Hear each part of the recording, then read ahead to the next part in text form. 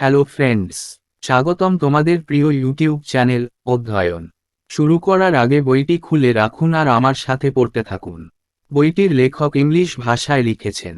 প্রত্যেক ভাষারই একটি মাধুর্য আছে, তাই এই ইংলিশ থেকে বাংলায় রূপান্তর করার ফলে চলিত বাংলা ভাষা পাবেন না। কিছু ভুলও হতে পারে, ভুলের জন্য মার্জনা করবেন। আর একটি কথা, যদি ভিডিওটি দেখে তোমার উপকার হয়ে থাকে তাহলে সাবস্ক্রাইব ও লাইক করে দিও। চলো শুরু করি। The Satavahanas. As we have discussed earlier, that the Maurya rule was succeeded by the Sungas and the Kamvas in the north. However, in Deccan and in central India, the Satavahanas succeeded the Mauryas though after a gap of almost 100 years. On the basis of unearthing of many local rulers' coins, such as coins of the Kura rulers found at Brahmapuri, other local rulers such as Gobhadra, Samigopa, Chimuka, Kamvai and Narana coins found at different locations, it is generally accepted that after the decline of the Mauryas and before the advent of the Satavahanas, there must have been numerous small political principalities that were ruling in different parts of the Deccan. Probably, the Ritikas and Bhojikas mentioned in the Ashokan inscriptions gradually progressed into the Maharathis and Mahabhojas of pre-Satavahana times. The Satavahanas are considered identical with the Andhras of the Puranas. However, interestingly, neither the name Andhra appears in Satavahana inscriptions, nor do the Puranas speak of the Satavahanas, only refer to Andhras. According to some Puranas, the Andhras ruled for 300 years with their capital at Pratisthana, modern Pathan, on the Godavari in Aurangabad district. This is also the period designated to the Satavahana dynasty. The earliest Satavahana inscriptions belong to the 1st century BCE, when they defeated the Kamvas and established their rule over parts of central India. It is also pertinent to note that the early Satavahana kings appeared not in Andhra but in North Maharashtra, the fertile basin of the upper Godavari valley, where their earliest coins and inscriptions have been found. Gradually, they extended their power over Karnataka and Andhra. Their greatest competitors were the Saka Kshatrapas of western India, who had established themselves in the upper Deccan and western India. Control of the prominent seaports such as Brigukacha, Broch, Kalyan and Suparaka, Sopara, must have been a bone of contention between the two. The Satavahanas claimed Brahmana descent and performed Vedic rituals and worshipped gods like Krishna, Vasudeva, as evident in the Nandhet cave inscription of Naganika, 1st century BCE, which mentions the great sacrifices performed by Sitkarniyai. Another striking feature of the kings pertaining to this dynasty was that they used matronyms such as Gautamiputra and Vashishtiputra, although they were not matrilineal or matriarchal in any sense. The Satavahanas assumed the title of Dakshinapatapati, Lord of the Dakshinapatha. The Satavahanas are also known in history for starting the practice of giving royal grants of land to Brahmanas and Buddhist monks, including those associated with tax exemptions. It is mentioned in one of the inscriptions of Gautamiputra Sitkarni that the land gifted to the Brahmanas was not to be entered or disturbed by the royal troops, was not to be dug for salt, was free from the control of state officials, and was to enjoy all sorts of pariharas, immunities. They also promoted Buddhism by granting land to the monks. Satavahana. আমরা পূর্বে আলোচনা করেছি যে মৌর্য শাসন উত্তরে শুঙ্গ ও কানবদের দ্বারা সফল হয়েছিল। যাই হোক, দাক্ষিণাত্যের এবং মধ্য ভারতে সাতবাহনরা প্রায় 100 বছরের ব্যবধানে মৌর্যদের স্থলাভিষিক্ত হন। অনেক স্থানীয় শাসকদের মুদ্রা, যেমন ব্রহ্মপুরীতে প্রাপ্ত কুরা শাসকদের মুদ্রা, অন্যান্য স্থানীয় শাসক যেমন গোভদ্র, স্বামীগোপা, চিমুকা, কাম্ভা এবং নারানা মুদ্রা বিভিন্ন স্থানে পাওয়া গেছে। আবিষ্কারের ভিত্তিতে এটি সাধারণত গৃহীত হয় যে পরবর্তীকালে মৌর্যদের পতন এবং সাতবাহনদের আবির্ভাবের আগে অবশ্যই দাক্ষিণাত্যের বিভিন্ন অংশে অসংখ্য ছোট ছোট রাজনৈতিক রাজত্ব ছিল। সম্ভবত অশোকন শিলালিপিতে উল্লিখিত রথিক ও ভোজিকরা ধীরে ধীরে প্রাক সাতবাহন যুগের মহারথী ও মহাভোজে পরিণত হয়েছিল। সাতবাহনকে পুরাণের অন্ধ্র এর সাথে অভিন্ন মনে করা হয়। যাই হোক, মজার বিষয় হল সাতবাহন শিলালিপিতে অন্ধ্র নামটি দেখা যায় না বা পুরাণ সাতবাহনদের কথা বলে না, শুধু অন্ধ্রদের উল্লেখ করুন। কিছু পুরাণ অনুসারে অন্ধ্ররা ঔরঙ্গাবাদ জেলার গোদাবরীর তীরে প্রতিষ্ঠানে আধুনিক পৈঠান তাদের রাজধানী নিয়ে 300 বছর রাজত্ব করেছিল। এটি সাতবাহন রাজবংশের জন্য মনোনীত সময়কাল। প্রাচীনতম সাতবাহন শিলালিপিগুলি খ্রিস্টপূর্ব 1 শতাব্দীর অন্তর্গত, যখন তারা কানভাসদের পরাজিত করে এবং মধ্য ভারতের কিছু অংশে তাদের শাসন প্রতিষ্ঠা করে। এটাও লক্ষণীয় যে প্রাথমিক সাতবাহন রাজারা অন্ধ্রে নয় বরং উত্তর মহারাষ্ট্রে, উর্বর অববাহিকা, আবির্ভূত হয়েছিল। উপরের গোদাবরী উপত্যকার, যেখানে তাদের প্রাচীনতম মুদ্রা এবং শিলালিপি পাওয়া গেছে। ধীরে ধীরে তারা কর্ণাটক এবং অন্ধ্রের উপর তাদের ক্ষমতা প্রসারিত করে। তাদের সর্বশ্রেষ্ঠ প্রতিদ্বন্দ্বী ছিল পশ্চিম ভারতের শাক ক্ষত্রপরা, যারা উচ্চ দাক্ষিণাত্য এবং পশ্চিম ভারতে নিজেদের প্রতিষ্ঠিত করেছিল। ভৃগুকাচ্ছ, ব্রজ, কল্যাণ এবং সোপারা এর মতো বিশিষ্ট সমুদ্রবন্দরগুলির নিয়ন্ত্রণ অবশ্যই উভয়ের মধ্যে বিবাদের একটি হার ছিল। সাতবাহনরা ব্রাহ্মণ বংশোদ্ভূত বলে দাবি করত এবং বৈদিক আচার পালন করত এবং কৃষ্ণ, বাসুদেবের মতো দেবতাদের উপাসনা করত, যা নাগানিকার নানেঘাট গুহার শিলালিপিতে স্পষ্ট। খ্রিস্টপূর্ব প্রথম শতাব্দী, যা সাতকর্ণী প্রথম দ্বারা সম্পাদিত মহান বলিদানের কথা উল্লেখ করে। রাজাদের আরেকটি আকর্ষণীয় বৈশিষ্ট্য এই রাজবংশ ছিল যে তারা গৌতমীপুত্র এবং বশিষ্ঠীপুত্রের মতো মাতৃনাম ব্যবহার করত, যদিও তারা কোনো অর্থেই মাতৃতান্ত্রিক ছিল না। সাতবাহনরা দক্ষিণ পথপতি, দক্ষিণাপথের প্রভু উপাধি গ্রহণ করেছিল। ইতিহাসে সাতবাহনরা ব্রাহ্মণ ও বৌদ্ধ ভিক্ষুকদের রাজকীয় অনুদান দেওয়ার প্রথা শুরু করার জন্য ইতিহাসে পরিচিত, যার মধ্যে কর ছাড়ের সাথে সংশ্লিষ্ট ব্যক্তিরা। গৌতমীপুত্র সাতকর্ণীর একটি শিলালিপিতে এটি উল্লেখ করা হয়েছে যে ব্রাহ্মণদের উপহার দেওয়া জমিতে রাজকীয় সৈন্যদের প্রবেশ বা বিরক্ত করা উচিত নয়, লবণের জন্য খনন করা উচিত নয়, রাষ্ট্রীয় কর্মকর্তাদের নিয়ন্ত্রণ থেকে মুক্ত ছিল এবং ছিল। সমস্ত ধরনের পরিহার, অনাক্রম্যতা উপভোগ করুন। তারা ভিক্ষুকদের জমি প্রদান করে বৌদ্ধ ধর্মের প্রচারও করেছিল। Timuka, founder of the Satavahana dynasty and was immediately active after Ashoka's death. Built Jain and Buddhist temples. Gautamiputra Satkarni, c.1062-130 CE. It appears initially the Saka Kshatrapas of western India succeeded in dislodging the Satavahanas from the western and central region, but later the fortunes of the Satavahanas were revived by its most famous ruler, Gautamiputra Satkarni. He not only defeated the Sakas but also raised the power and prestige of the Satavahanas to greater heights. It was under his reign that the empire was at its peak. He claimed to have destroyed the Kshatrapa lineage, to which his adversary Napana belonged, and struck under his name more than 8,000 silver coins of Napana. He also wrested Malwa and Katyava from the Sakas. His empire extended from Malwa in the north to Karnataka in the south, having general authority over the present-day Andhra region. His achievements are described and eulogized after his death, during his son Pulumail's reign, in a Nashik inscription of his mother Gautami Balashri, written in Prakrit. In this inscription, he is described as the destroyer of the Sakas, Pallavas, and the Yavanas, as the uprooter of the Kshatrapas and as the restorer of the glory of the Satavahanas. In the Nashik inscription, he is also described as Ekabamhana, a peerless Brahmana, and Khatir Dapa Manamada, one who destroyed the high-handedness and pride of the Kshatriyas. He donated land to the Buddhist monks, the Mahasamghikas, at Karle. The Karle inscription mentions the grant of Karajika, village near modern Pune, Maharashtra, and at Nashik, as evident in the Nashik inscription, dated in the 18th year of Gautamiputra's reign, which mentions that this piece of land was earlier in the possession of Napana's son-in-law Shavadatta. He assumed titles of Raja and Maharaja.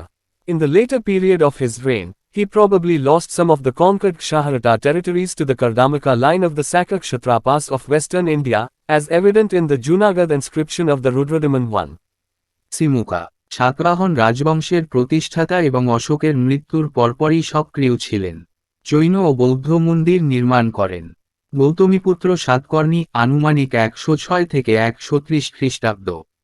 প্রাথমিকভাবে দেখা যায় পশ্চিম ভারতের শাক ক্ষত্রপরা পশ্চিম ও মধ্য অঞ্চল থেকে সাতবাহনদের বিতাড়িত করতে সফল হয়েছিল, কিন্তু পরে সাতবাহনদের ভাগ্য পুনরুজ্জীবিত হয়েছিল এর সবচেয়ে বিখ্যাত শাসক গৌতমীপুত্র সাতকর্ণী। তিনি শুধু শকদেরই পরাজিত করেননি বরং সাতবাহনদের ক্ষমতা ও প্রতিপত্তিকে আরও উচ্চতায় উন্নীত করেছিলেন। তার শাসনামলেই সাম্রাজ্য চরমে উঠেছিল। তিনি খহর্তা বংশকে ধ্বংস করেছেন বলে দাবি করেন, যার সাথে তার প্রতিপক্ষ নাহাপানা ছিল এবং তার নামে নাহাপোনার 8,000-টিরও বেশি রৌপ্য মুদ্রা পুনরুদ্ধার করে। এছাড়াও তিনি শকদের কাছ থেকে মালওয়া ও কাঠিয়াওয়াড় দখল করেন। তার সাম্রাজ্য উত্তরে মালওয়া থেকে দক্ষিণে কর্ণাটক পর্যন্ত বিস্তৃত ছিল। বর্তমান অন্ধ্র অঞ্চলের উপর সাধারণ কর্তৃত্ব রয়েছে। তার কৃতিত্ব বর্ণনা করা হয়েছে এবং তার মৃত্যুর পরে তার পুত্র পুলুমাই ইলের রাজত্বকালে তার মা গৌতমী বালাশ্রীর একটি নাসিক শিলালিপিতে প্রকৃত ভাষায় লেখা। এই শিলালিপিতে তাকে শক পাহলব এবং জোবানদের ধ্বংসকারী, খোহরতাদের উৎপাটনকারী এবং সাতবাহনদের গৌরব পুনরুদ্ধারকারী হিসাবে বর্ণনা করা হয়েছে। নাসিক শিলালিপিতে তাকে একবমোহন, একজন পিয়ারলেস ব্রাহ্মণ, এবং খাতিয়া দাপ মোনামদাক ক্ষত্রিয়দের উচ্চ হস্ত ও অহংকার ধ্বংসকারী হিসাবেও বর্ণনা করা হয়েছে। তিনি কার্লে শিলালিপিতে আধুনিক পুনে, মহারাষ্ট্রের কাছে কারাজিকা গ্রামের অনুদানের কথা উল্লেখ আছে এবং নাসিক শিলালিপিতে স্পষ্ট গৌতমীপুত্রের রাজত্বের 18তম বছরে তারিখে জমি দান করেছিলেন বৌদ্ধ ভিক্ষু মহাসামরিকদের। যেখানে উল্লেখ করা হয়েছে যে এই জমিটি আগে নাহপানার জামাতা অসাবদতার দখলে ছিল। তিনি রাজা ও মহারাজা উপাধি গ্রহণ করেছিলেন। তার রাজত্বের পরবর্তী সময়ে তিনি সম্ভবত পশ্চিম ভারতের শাক্যক্ষত্রপদের কর্দমাক রেখার কাছে কিছু বিজিত খোহরতা অঞ্চল হারিয়েছিলেন, যা রুদ্রদামন এর জুনাগড় শিলালিপিতে স্পষ্ট। Vashishthiputra Pulumai, circa 130 to 154 CE. His coins are found in the various parts of Andhra. The Sakas Kshatrapas of western India probably recovered some of their territories due to his engagements in the east. According to the Junagadh inscription, he married the daughter of Rudradaman I. Yajnashri Satakarni, circa 165 to 194 CE. One of the later kings who recovered North Konkan and Malwa from the Saka rulers. Lover of trade and navigation, as evident from the motif of ship on his coins. The successors of Yajnashri Satakarni included Gautamiputra Vijaya Satakarni, Chanda Satakarni, Vasisthiputra Vijaya Sitkarni, Pulumavi and Hala, probably the 17th king in the line, also a great poet who authored the Gatha Sattasai, which is a collection of 700 erotic poems in the Maharashtri Prakrit dialect. In the mid-3rd century CE, the Satavahana dynasty came to an end and various forces came into power in their stead. The Vikatakas in the Deccan, the Kadambas in Mysore, the Abhiras in Maharashtra and the Ikshvakas in Andhra emerged as the main rulers. বশিষ্ঠীপুত্র পুলুমাই আনুমানিক 130 থেকে 154 খ্রিস্টাব্দ। অন্ধ্রের বিভিন্ন অঞ্চলে তার মুদ্রা পাওয়া যায়। পশ্চিম ভারতের শকক্ষত্রপরা সম্ভবত পূর্বে তার ব্যস্ততার কারণে তাদের কিছু অঞ্চল পুনরুদ্ধার করেছিল। জুনাগড়ের শিলালিপি অনুসারে তিনি রুদ্রদামনের কন্যাকে বিয়ে করেছিলেন।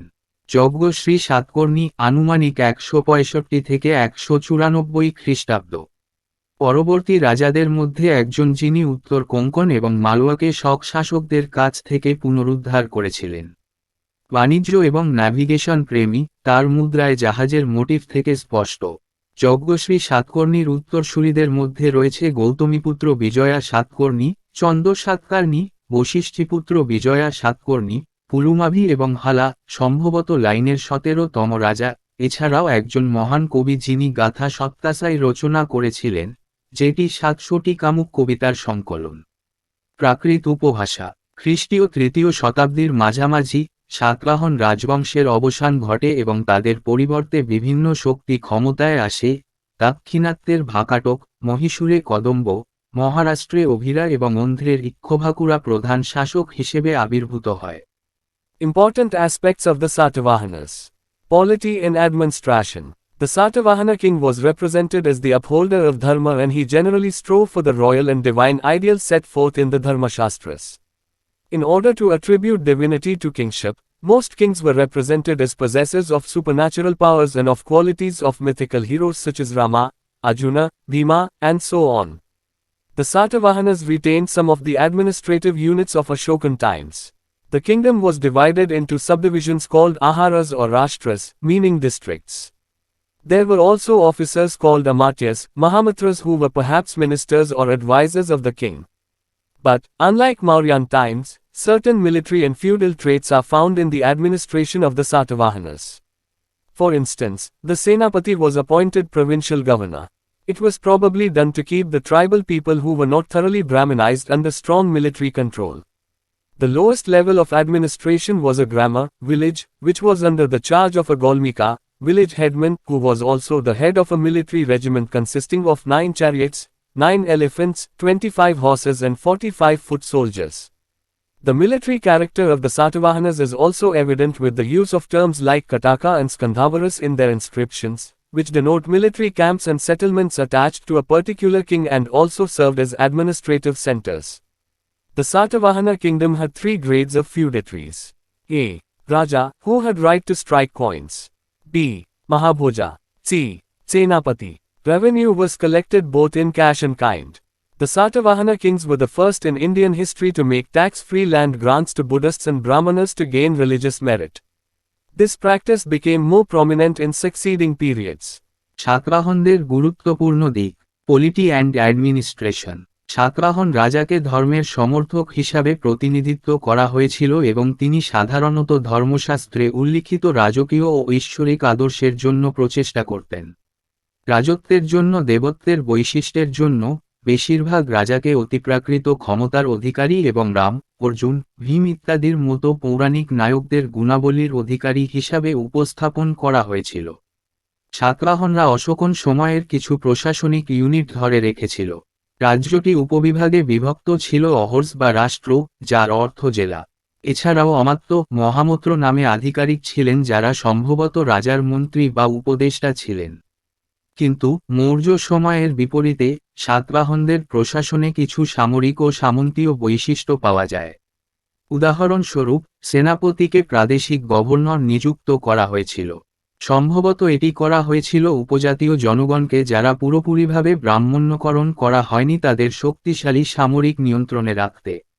প্রশাসনের সর্বনিম্ন স্তর ছিল একটি গ্রাম, যা একজন গৌলমিকা, গ্রাম প্রধান, এর অধীনে ছিল, যিনি 9টি রথ, 9টি হাতি, 25টি ঘোড়া এবং 45 জন পদাতিক সৈন্য নিয়ে গঠিত একটি সামরিক রেজিমেন্টের প্রধানও ছিলেন।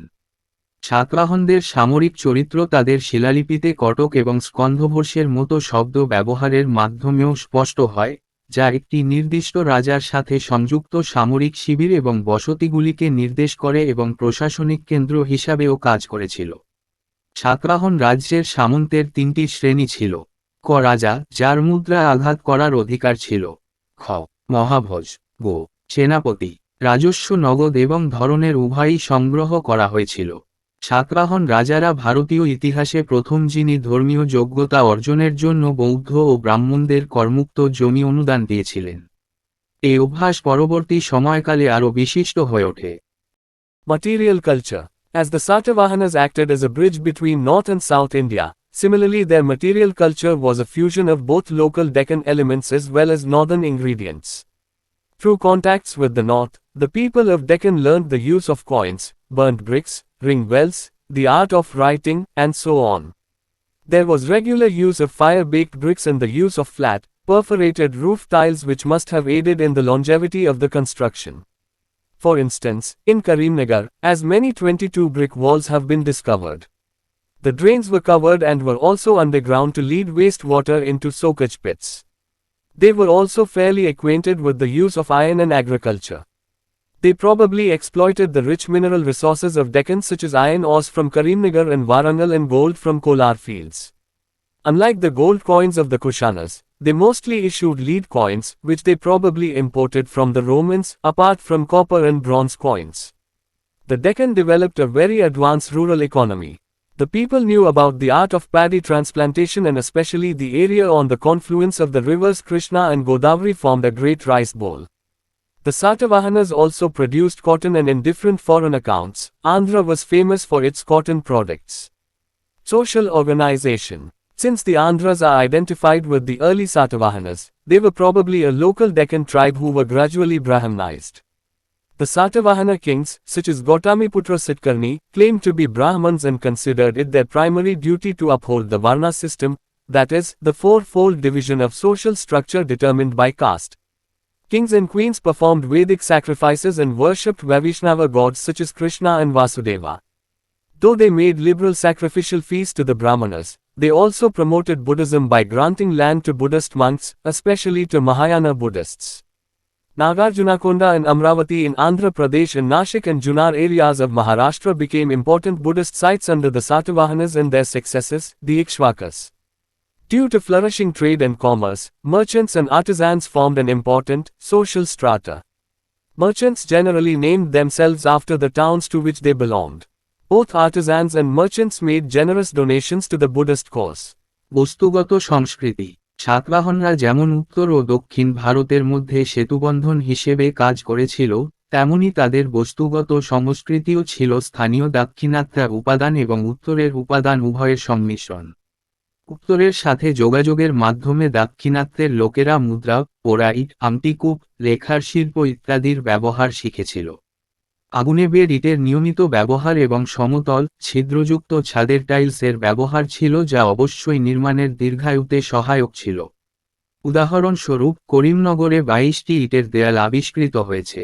ট্রেনগুলি আবৃত ছিল এবং বর্জ্য জলকে ভিজানোর গর্তে নিয়ে যাওয়ার জন্য ভূগর্ভস্থ ছিল।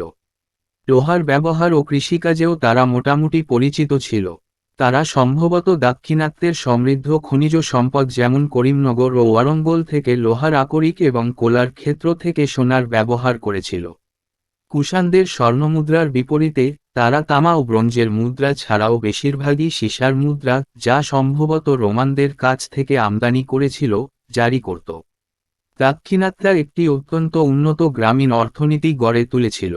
লোকেরা ধান রোপণের শিল্প সম্পর্কে জানত এবং বিশেষ করে কৃষ্ণা ও গোদাবরী নদীর সঙ্গমস্থলে একটি বড় ধানের বাটি তৈরি হয়েছিল। সাতবাহনরাও তুলা উৎপাদন করত এবং বিভিন্ন বিদেশি হিসাবে অন্ধ্র তার তুলাজাত দ্রব্যের জন্য বিখ্যাত ছিল। সামাজিক সংগঠন যেহেতু অন্ধ্ররা প্রথম দিকের সাতবাহনদের সাথে চিহ্নিত হয়েছে, তারা সম্ভবত স্থানীয় দাক্ষিণাত্যের উপজাতি ছিল যারা ধীরে ধীরে ব্রাহ্মণ হয়ে গিয়েছিল। সাতবাহন রাজারা, যেমন গৌতমীপুত্র সাতকর্ণী, নিজেদেরকে ব্রাহ্মণ বলে দাবি করতেন এবং বর্ণ দ্বারা নির্ধারিত সামাজিক কাঠামোর 4 গুণ বিভাজনকে বহাল রাখা তাদের প্রাথমিক কর্তব্য বলে মনে করতেন। রাজা ও রানীরা বৈদিক যজ্ঞ করতেন এবং কৃষ্ণ ও বাসুদেবের মতো বৈষ্ণব দেবতাদের পূজা করতেন। যদিও তারা ব্রাহ্মণদের জন্য উদার বলিদান ফি দিয়েছিল, তারা বৌদ্ধ ভিক্ষুকদের বিশেষ করে মহাযান বৌদ্ধদের জমি প্রদান করে বৌদ্ধ ধর্মের প্রচারও করেছিল।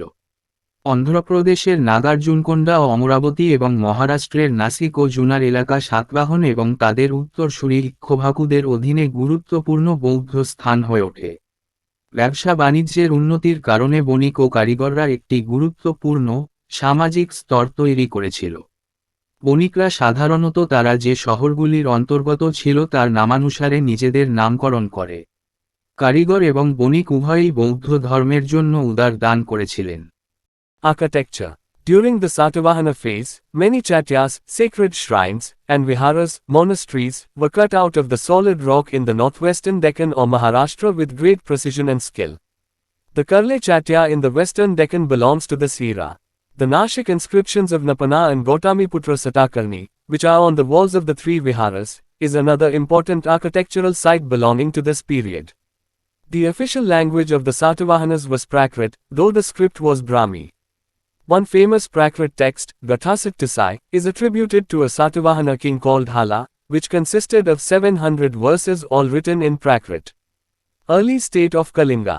It is well known that the Deccan as well as eastern India were parts of Ashoka's empire. He had conquered Kalinga through a violent battle in which the loss of men and property was enormous. After Ashoka, Kalinga became prominent under the kings of Chedi dynasty. Unfortunately, not much information about the kings of the dynasty is available except Kharavela, who probably lived in the 1st century BCE. His achievements are recorded in an inscription, known as the Hattigampa inscription, situated in the Udayagiri hills near Bhuvaneshwar in Orissa. King Kharavela, circa 1st century BCE, probably belonged to the Mahameghavahana's of Kalinga. Seems to have wrested Kalinga from Mauryans and founded an independent line of kings, the Chedis, Chetas of Kalinga. He is also known as Bhikshu Raja, and he constructed a great palace known as the Palace of Victor.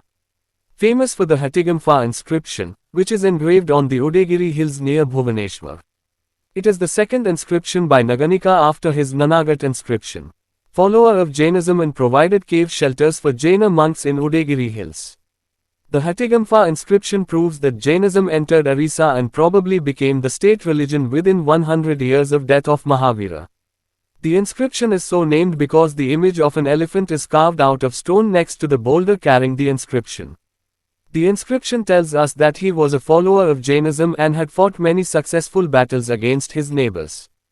স্থাপত্য সাতবাহন পর্বের সময় উত্তর পশ্চিম দাক্ষিণাত্যে বা মহারাষ্ট্রে অনেক চৈত্য পবিত্র উপাসনালয় এবং বিহার মঠ অত্যন্ত নিখুঁতভাবে এবং দক্ষতার সাথে কঠিন শিলা কেটে তৈরি করা হয়েছিল।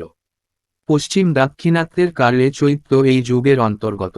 নাসিক শিলালিপি নাহাপানা এবং গৌতমীপুত্র সাতকর্ণীর, যা তিনটি বিহারের দেয়ালে রয়েছে, এটি এই সময়ের অন্তর্গত আরেকটি গুরুত্বপূর্ণ স্থাপত্য নিদর্শন।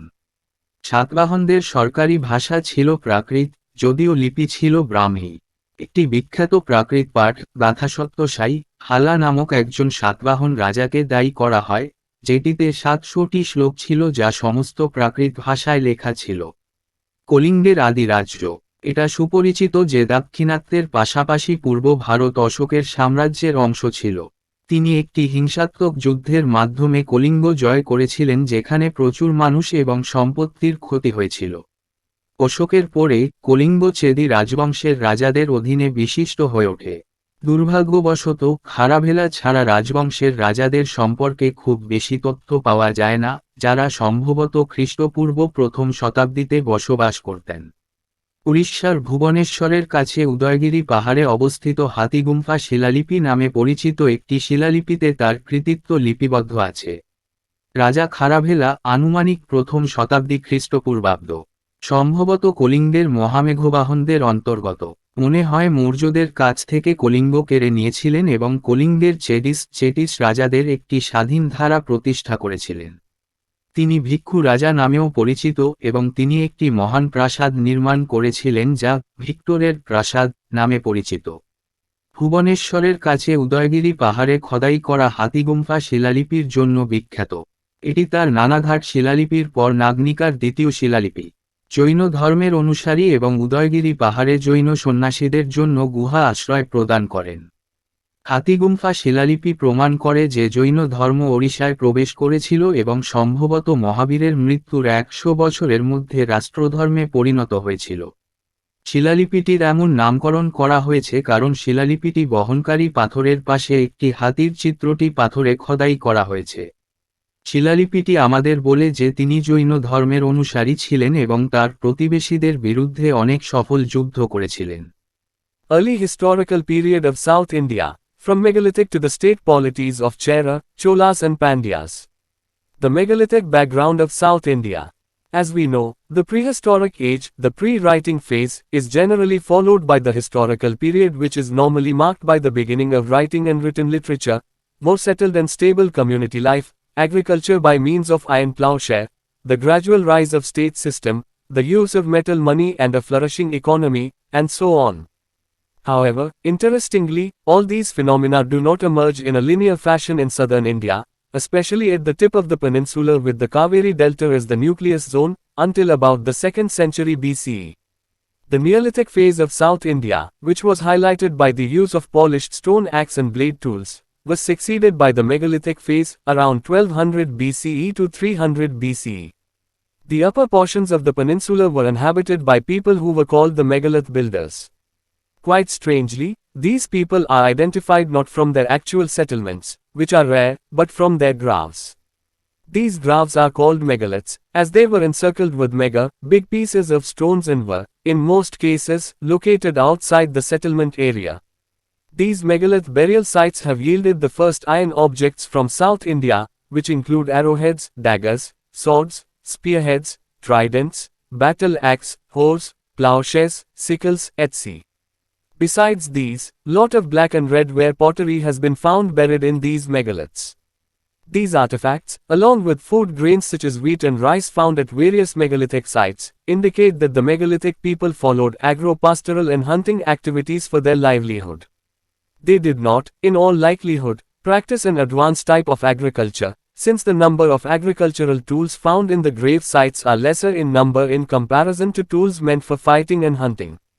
These megaliths have been found in all upland areas of the peninsula, but their concentration is more in eastern Andhra and in Tamil Nadu. Prominent sites that have yielded megalithic burials include Brahmagiri, Maski, Karnataka, Adichallanur, Tamil Nadu, and Junapani near Nagpur, Maharashtra. It is highly likely that the Cholas, the Pandyas and the Keralaputras, Cheras, mentioned in the Ashokan inscriptions probably belong to the last phase of megalithic culture. The megalithic period in South India was followed by the Sangam age. দক্ষিণ ভারতের megalithic পটভূমি।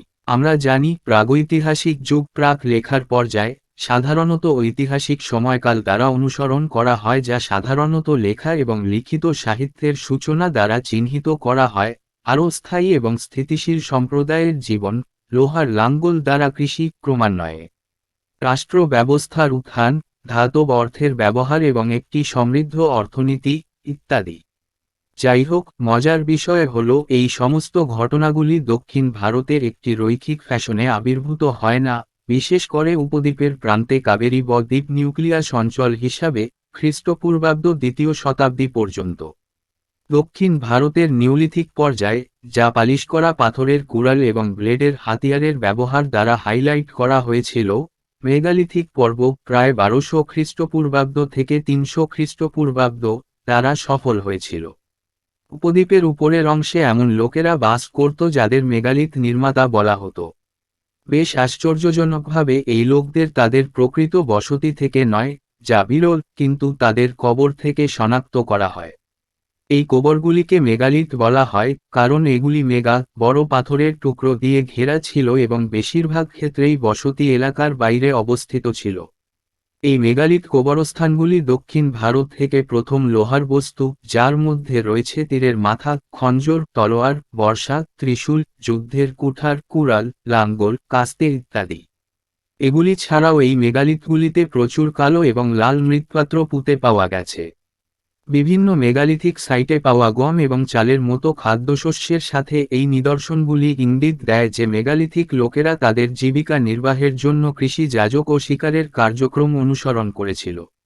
তারা সব সম্ভাবনায় একটি উন্নত ধরনের কৃষি অনুশীলন করেনি, যেহেতু যুদ্ধ এবং শিকারের জন্য ব্যবহৃত সরঞ্জামগুলির তুলনায় সমাধিস্থলে পাওয়া কৃষি সরঞ্জামের সংখ্যা কম। এই মেগালিথগুলি উপদ্বীপের সমস্ত উচ্চভূমি অঞ্চলে পাওয়া গেছে, তবে তাদের ঘনত্ব পূর্ব অন্ধ্র এবং তামিলনাড়ুতে বেশি। মেগালিথিক সমাধিস্থলগুলির মধ্যে রয়েছে ব্রহ্মগিরি, মাস্কি, কর্ণাটক, আদিচাল্লানুর, তামিলনাড়ু, এবং নাগপুর, মহারাষ্ট্র এর কাছে জুনপানি। অশোকন শিলালিপিতে উল্লিখিত চোল, পাণ্ড্য এবং কেরালপুত্র, চেরা, সম্ভবত মেগালিথিক সংস্কৃতির শেষ পর্যায়ে ছিল বলে খুব সম্ভবত।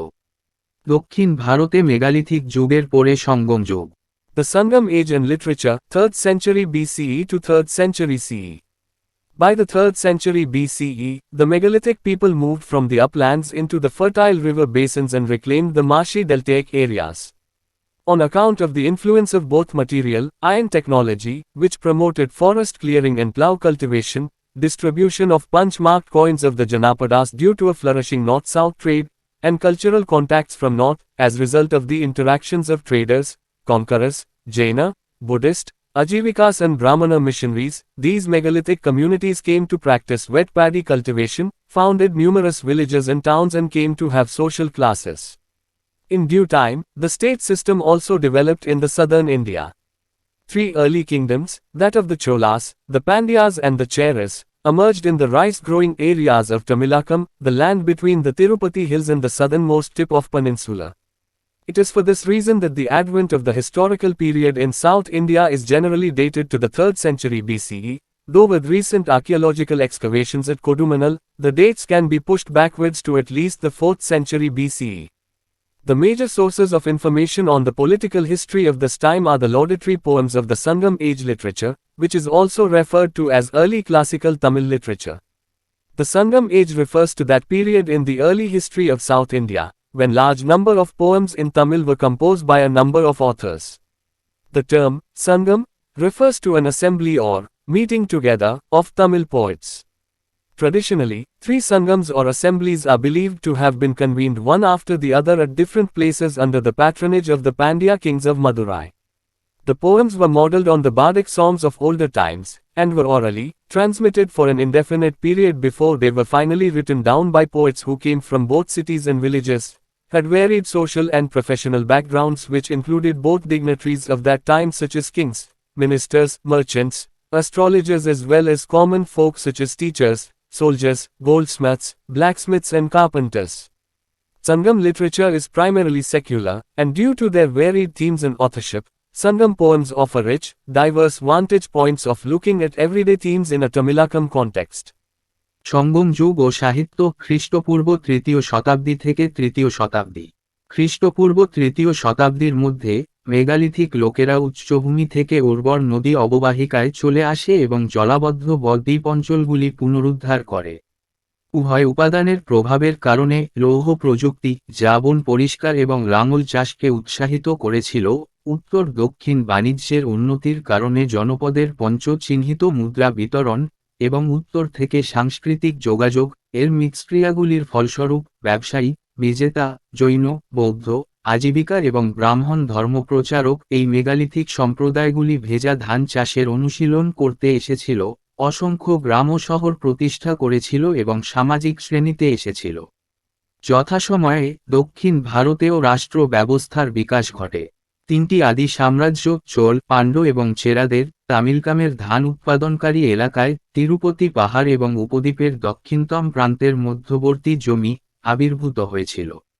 এই কারণেই দক্ষিণ ভারতে ঐতিহাসিক সময়ের আবির্ভাব সাধারণত খ্রিস্টপূর্ব তৃতীয় শতাব্দীতে হয়, যদিও কুডুমানালে সাম্প্রতিক প্রত্নতাত্ত্বিক খননের ফলে তারিখগুলিকে অন্ততপক্ষে খ্রিস্টপূর্ব চতুর্থ শতাব্দীতে পিছিয়ে দেওয়া যেতে পারে।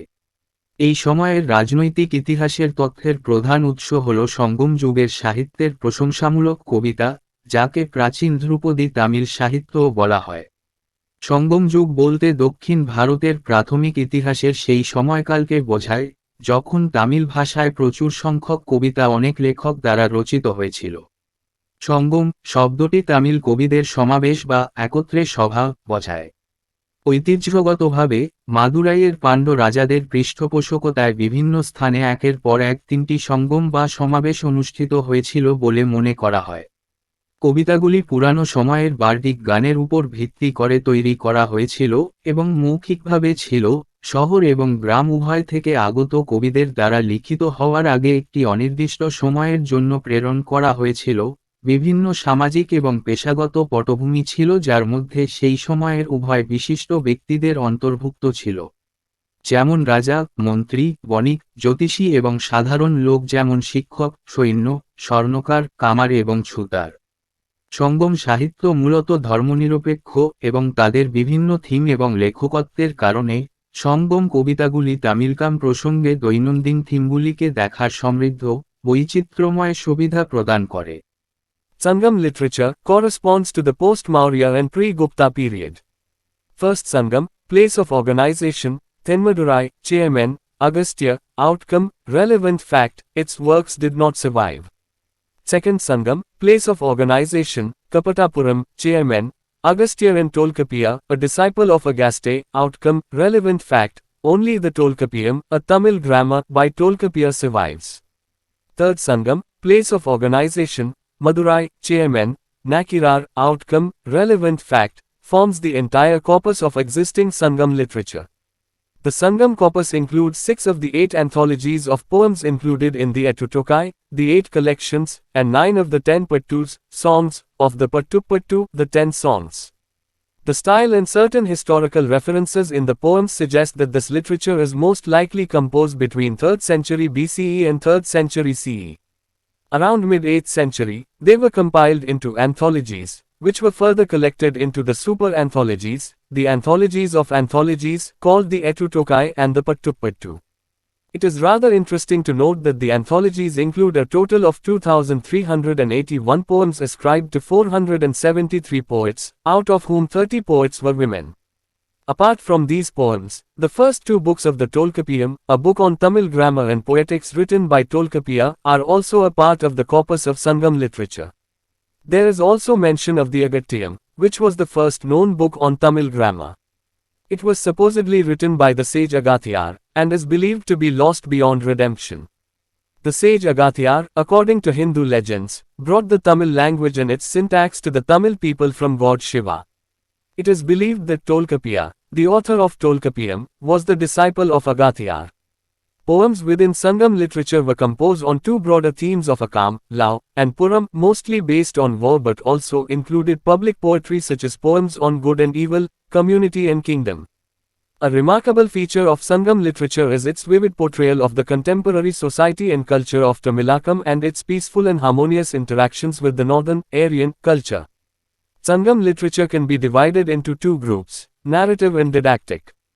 The narrative texts are called Melkanekku, 18 major works consisting of 8 anthologies and 10 idylls, and are considered works of heroic poetry in which heroes are glorified and perpetual wars and cattle raids are frequently mentioned. The didactic works are called Kilkanekku, 18 minor works. A large number of Tamil didactic works such as Tiruvalluvar's Tirukkural, famous work on ethics, philosophy, polity and law, and considered the fifth Veda of Tamil Nadu, Tamil epics such as Silappatikaram, considered the brightest gem of early Tamil literature which deals with love story of Kovalan, who prefers a courtesan Madhvi of Kaveripatnam to his noble wedded wife Kananagi, and Manimikalai, a sequel to Silappatikaram and is considered the Odyssey of Tamil poetry, which deals with the adventures of the daughter born of the union of Kovalan and Madhvi and her subsequent conversion to Buddhism, were written in the period between the 5th and 6th centuries. সঙ্গম সাহিত্য মৌর্য উত্তর ও গুপ্ত পূর্ব যুগের সাথে সামঞ্জস্যপূর্ণ। প্রথম সঙ্গম সংগঠনের স্থান তারপর Madurai, chairman, Agastya, ফলাফল, প্রাসঙ্গিক ঘটনা, এর কাজগুলো টিকেনি। দ্বিতীয় সঙ্গম সংগঠনের স্থান কাপাতাপুরম, চেয়ারম্যান, অগস্ত্য ও টোলকাপ্পিয়ার, আগস্তায়ার একজন শিষ্য, ফলাফল, প্রাসঙ্গিক তথ্য, টোলকাপ্পিয়ারের শুধুমাত্র টলকপ্পিয়াম, একটি তামিল ব্যাকরণ, বেঁচে আছে। তৃতীয় সঙ্গম সংগঠনের স্থান মাদুরাই, চেয়ারম্যান, নক্কিরার, ফলাফল, প্রাসঙ্গিক ঘটনা, বিদ্যমান সঙ্গম সাহিত্যের সমগ্র সংস্থা গঠন করে। সঙ্গম কর্পাস অ্যাক্টুটোকাই 8টি সংকলন এর অন্তর্ভুক্ত কবিতার 8টি সংকলনের মধ্যে 6টি এবং পাট্টু 10টি গান এর 10টি পাট্টু গান এর মধ্যে 9টি অন্তর্ভুক্ত করে। কবিতাগুলির শৈলী এবং কিছু ঐতিহাসিক উল্লেখ থেকে বোঝা যায় যে এই সাহিত্য সম্ভবত খ্রিস্টপূর্ব 3য় শতাব্দী থেকে খ্রিস্টপূর্ব 3য় শতাব্দীর মধ্যে রচিত। 8ম শতাব্দীর মাঝামাঝি সময়ে এগুলিকে সংকলিত করা হয়েছিল, যা পরবর্তীতে অ্যাক্টুটোকাই এবং পাট্টু নামক সুপার সংকলনগুলিতে সংগ্রহের সংগ্রহ করা হয়েছিল।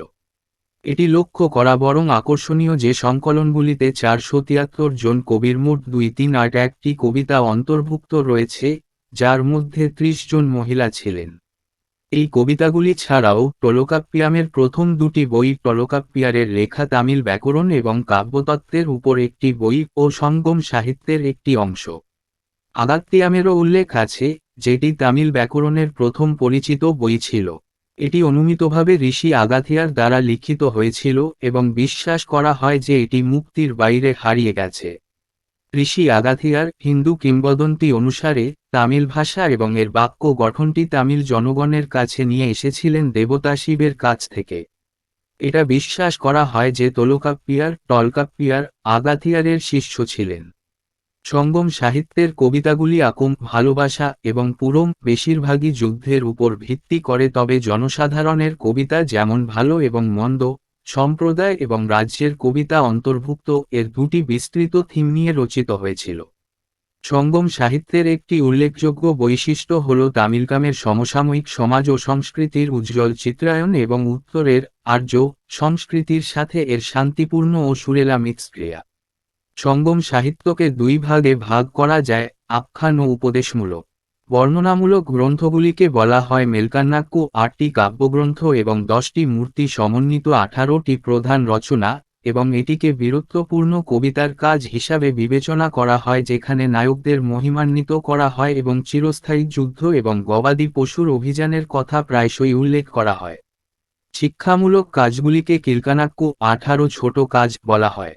বিপুল সংখ্যক তামিল শিক্ষামূলক কাজ যেমন তিরুভাল্লুভারের তিরুক্কুরাল নৈতিকতা দর্শন রাজনীতি এবং প্রেমের উপর বিখ্যাত কাজ এবং তামিলনাড়ুর পঞ্চম বেদ হিসাবে বিবেচিত তামিল মহাকাব্য যেমন শিল্পাদিকারং প্রাথমিক তামিল সাহিত্যের উজ্জ্বলতম রত্ন হিসাবে বিবেচিত যা গোভালানের প্রেমের গল্প যিনি কাভেরিপত্তনমের একজন গণিকা মাধবীকে তার সম্ভ্রান্ত বিবাহিত স্ত্রী কান্নাগির চেয়ে পছন্দ করেন এবং মণিমেকলাই শিল্পদ্বিক্রমের একটি সিকুয়াল এবং তামিল কবিতার ওডিসি হিসাবে বিবেচিত হয় যা এর মিলনে জন্ম নেওয়া কন্যার দুঃসাহসিক কাজ নিয়ে কাজ করে কোভালান এবং মাধবী এবং তার পরবর্তীতে বৌদ্ধ ধর্মে ধর্মান্তরিত লেখা হয়েছিল পঞ্চম থেকে ষষ্ঠ শতাব্দীর মধ্যবর্তী সময়ে।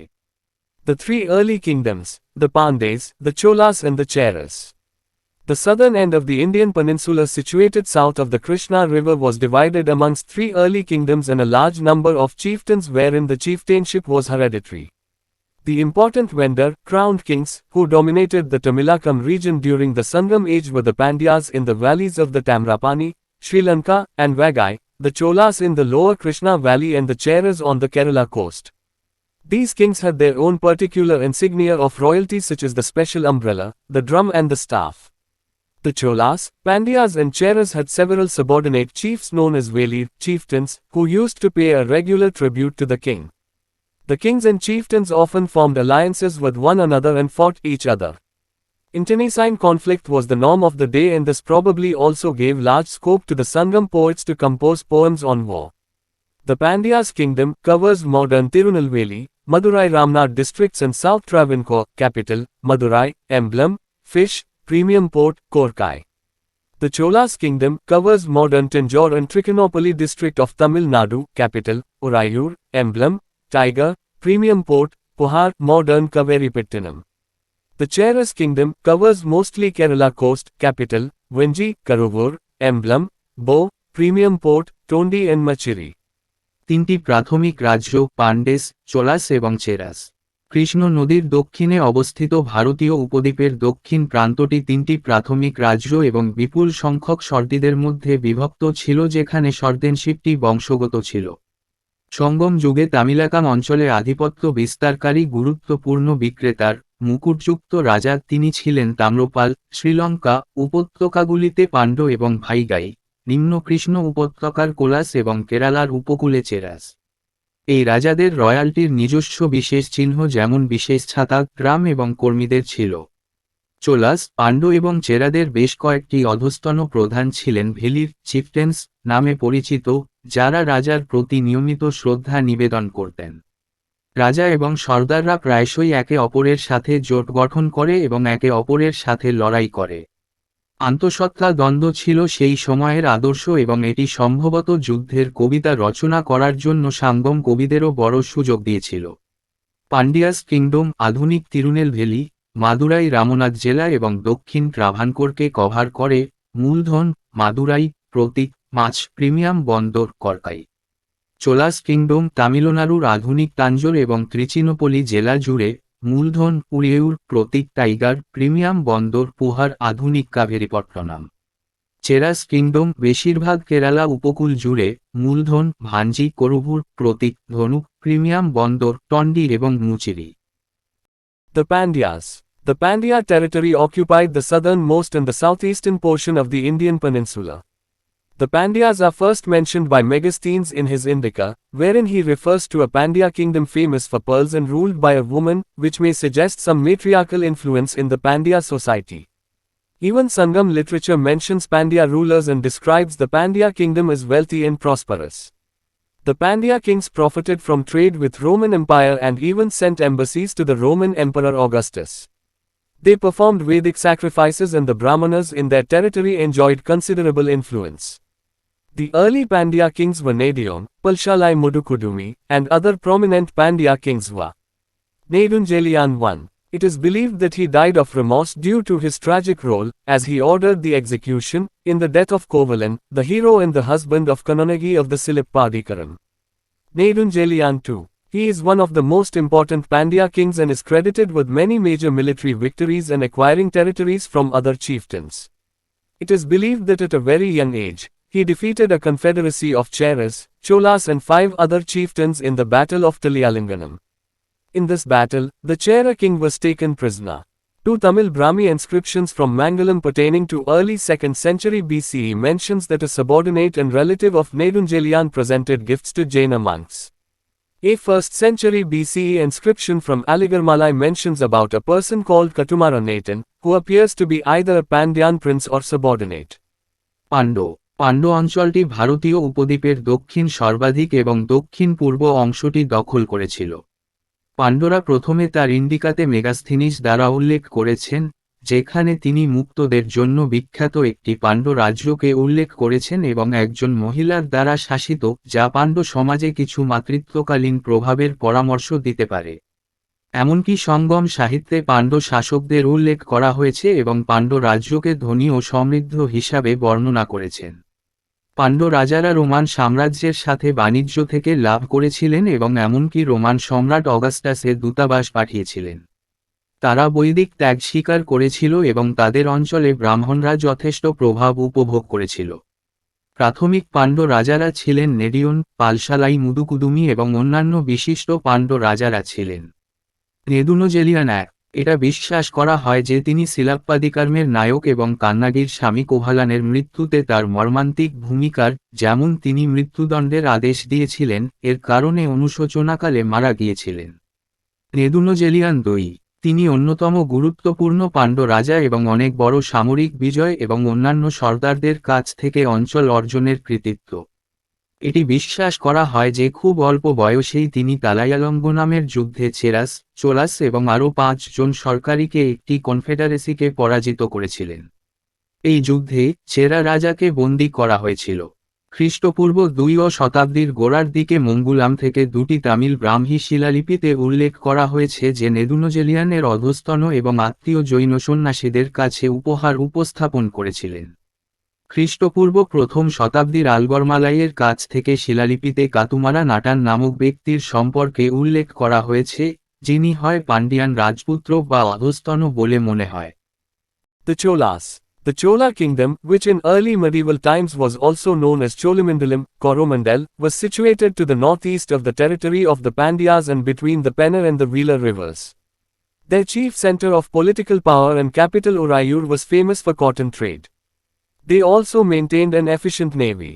It also appears that in the middle of 2nd century BCE, a Chola king named Alara conquered Sri Lanka and ruled it over for nearly 50 years. The Cholas were also rich and prosperous, and the main source of their wealth was their trade in cotton cloth. Karikala, one of the greatest of all Chola kings, who founded its port city Pohar, modern Kaveripattanam, which was a great center of trade and commerce and had a large dock, and constructed 160 kilometers of embankment along Kaveri River. It is mentioned that this was built with the labor of 12,000 slaves brought as captives from Sri Lanka. Credited with having defeated a confederacy of Pandyas, Cheras and their allies at the Battle of Veni. It is mentioned in Sangam texts that 11 rulers lost their drums in the field, which is significant as the royal drum was an important insignia of royal power, and the Chera king who suffered a wound in the back died of Vattikirutal, ritual starvation. He is also credited with another major victory at Vaikparandalai, in which, according to Sangam texts, several chieftains lost their umbrellas. Tondiman Klandarayan, another important Chola ruler who ruled from Kanchi either as an independent ruler or as a subordinate ruler of Karikala. He was a gifted poet, and in one of his poems he has emphasized on the personal character of the king. He says that in order to rule well, a king should possess a strong personal character.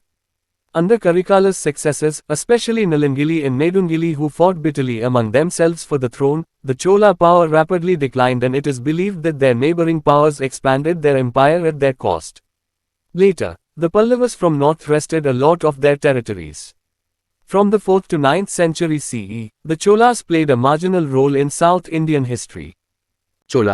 Chola kingdom, যা মধ্যযুগীয় প্রথম সময়ে চোলামান্ডালাম, কোরোম্যান্ডেল নামেও পরিচিত ছিল, পান্ডিয়াদের ভূখণ্ডের উত্তর পূর্বে এবং পেনার এবং ভেলার নদীগুলির মধ্যে অবস্থিত ছিল।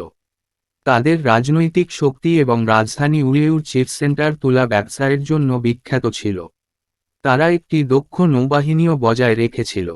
এটি আরও প্রদর্শিত হয় যে খ্রিস্টপূর্ব 2 শতাব্দীর মাঝামাঝি সময়ে এলারা নামে এক চোলার রাজা শ্রীলঙ্কাকে জয় করেছিলেন এবং প্রায় 50 বছর ধরে এটিকে শাসন করেছিলেন। চোলরাও ধনী ও সমৃদ্ধ ছিল এবং তাদের সম্পদের মূল উৎস ছিল সুতির কাপড়ে তাদের বাণিজ্য। কারিকালা সমস্ত চোলা রাজাদের মধ্যে অন্যতম, যিনি তার বন্দর সিটি পুহার প্রতিষ্ঠা করেছিলেন, মোর্ডেম কাভেরিপট্টনাম, যা বাণিজ্য ও বাণিজ্যের একটি দুর্দান্ত কেন্দ্র ছিল এবং একটি বিশাল ডোক ছিল, এবং কাভেরি নদীর তীরে 160 কিলোমিটার বাঁধ নির্মাণ করেছিলেন। এটি উল্লেখ করা হয়েছে যে এটি শ্রীলঙ্কা থেকে বন্দী হিসাবে আনা 12,000 দাসদের শ্রম দিয়ে নির্মিত হয়েছিল। ফেনীর যুদ্ধে পান্ডিয়াস, চেরাস এবং তাদের মিত্রদের একটি কনফেডারেসিকে পরাজিত করার কৃতিত্ব সঙ্গম গ্রন্থগুলিতে উল্লেখ করা হয়েছে যে 11 জন শাসক মাঠে তাদের ড্রাম হারিয়েছেন, যা রাজকীয় ড্রাম রাজকীয় শক্তির একটি গুরুত্বপূর্ণ চিহ্ন ছিল বলে তাৎপর্যপূর্ণ, এবং চেরা কিঞ্চিনি পেছনে ক্ষতস্থানে ভোগা করেছিলেন ভট্টাকিরুটাল, আচারের অনাহারে মারা গিয়েছিলেন। তিনি ভাহাইপ্পারান্দালাইতে আরও একটি বড় জয়ের কৃতিত্বও পেয়েছিলেন, যেখানে সাঙ্গম পাঠ্যের মতে বেশ কয়েকজন সরকারি তাদের ছাতা হারিয়েছিলেন। টন্ডাইমান ল্যান্ডিরায়ান আরেক গুরুত্বপূর্ণ চোলা শাসক, যিনি কাঞ্চির কাছ থেকে স্বতন্ত্র শাসক হিসাবে বা করিকালার অধস্তন শাসক হিসাবে শাসন করেছিলেন। তিনি একজন প্রতিভাশালী কবি ছিলেন এবং তার একটি কবিতায় তিনি রাজার ব্যক্তিগত চরিত্রের উপর জোর দিয়েছিলেন। তিনি বলেছেন যে ভালোভাবে শাসন করার জন্য একজন রাজা একটি শক্তিশালী ব্যক্তিগত চরিত্রের অধিকারী হওয়া উচিত। করিকালার উত্তরসূরিদের, বিশেষত নালম্বিলি এবং নেদুম্বিলি, যারা সিংহাসনের জন্য তাদের মধ্যে তীব্র লড়াই করেছিলেন, এর অধীনে চোলার শক্তি দ্রুত হ্রাস পেয়েছে এবং বিশ্বাস করা হয় যে তাদের প্রতিবেশী শক্তিগুলি তাদের ব্যয়কালে তাদের সাম্রাজ্যকে প্রসারিত করেছিল। পরে উত্তর থেকে পল্লবগুলি তাদের প্রচুর অঞ্চলগুলি কুহল করে। খ্রিস্টীয় চতুর্থ থেকে নবম শতাব্দী পর্যন্ত চোলাস দক্ষিণ ভারতীয় ইতিহাসে একটি প্রান্তিক ভূমিকা পালন করেছিল। The Cheras.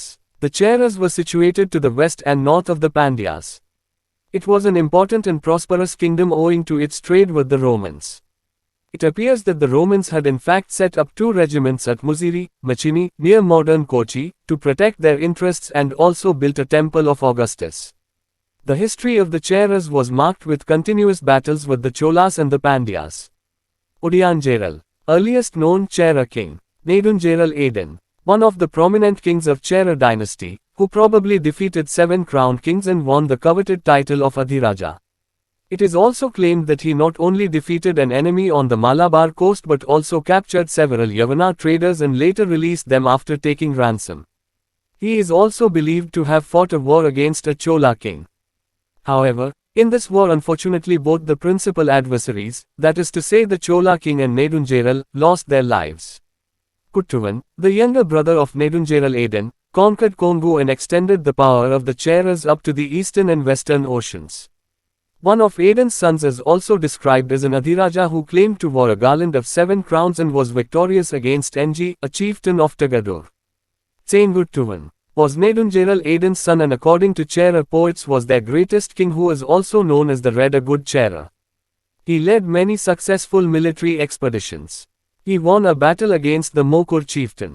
He has been mentioned in the post-Sangam text, Silippadikaram, which describes his military conquest against Vialur in the land of Nanan and capture of the Kodukur fortress in Kongu country. He also successfully backed one of the claimants in a Chola succession conflict, killing the 9 others. He also claimed to have invaded the north, and fought against an Aryan chieftain in order to obtain stone for an image of Kananagi, the heroine of the Silippadikaram and considered the goddess of chastity, and crossed the Ganga and had a bath in the Ganga before bringing the stone back to his country. Kudako Ilinjeral Irampare, one of the last Chera kings mentioned in the Sangam texts, who is also believed to have won wars against the Cholas and Pandyas. After the 2nd century CE, the Chera power declined and not much is known of their history till 8th century CE. The Sangam poets also eulogize various chieftains such as Andiran and Pari for their heroism and generosity. Cheras চেরারা পান্ডিয়াদের পশ্চিম এবং উত্তরে অবস্থিত ছিল। রোমানদের সাথে ব্যবসায়ের কারণে এটি একটি গুরুত্বপূর্ণ এবং সমৃদ্ধ কিংডম ছিল। এটি প্রদর্শিত হয় যে রোমানরা প্রকৃতপক্ষে মুজিরিস মুচিনি আধুনিক কোচির নিকটে তাদের স্বার্থ রক্ষার জন্য দুটি রেজিমেন্ট স্থাপন করেছিল এবং অগাস্টাসের একটি মন্দিরও তৈরি করেছিল। চেরাদের ইতিহাস চোলাস এবং পান্ড্যদের সাথে অবিচ্ছিন্ন লড়াইয়ের সাথে চিহ্নিত হয়েছিল। উদিয়ানজারেল প্রথম পরিচিত চেরা কিং নেদুনজালা লাদন চেরা রাজবংশের অন্যতম বিশিষ্ট রাজা, যিনি সম্ভবত 7টি মুকুটযুক্ত রাজাকে পরাজিত করেছিলেন এবং আধিরাজার লোভনীয় খেতাব অর্জন করেছিলেন। আরও দাবি করা হয়েছে যে তিনি কেবল মালাবার উপকূলে শত্রুকে পরাজিত করেননি, তিনি বেশ কয়েকজন ইয়াভানা ব্যবসায়ীকেও দখল করেছিলেন এবং পরে মুক্তিপণ গ্রহণের পরে তাদের মুক্তি দিয়েছিলেন। বিশ্বাস করা হয় যে তিনি কোনো চোলার রাজার বিরুদ্ধে যুদ্ধ করেছিলেন। যাই হোক, এই যুদ্ধে দুর্ভাগ্যক্রমে উভয় প্রধান বিরোধীরা, এটি চোলা রাজা এবং নেদুনজালাল বলে, তাদের জীবন হারিয়েছে।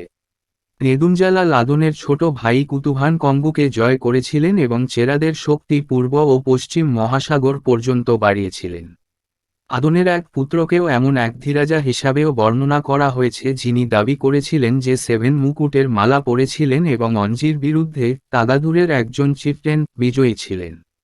সেনগুতুভান নেদুনজালাল আদনের পুত্র ছিলেন এবং চেরা কবিদের মতে তাদের সর্বশ্রেষ্ঠ রাজা ছিলেন, যিনি লাল বা ভালো চেরা নামেও পরিচিত।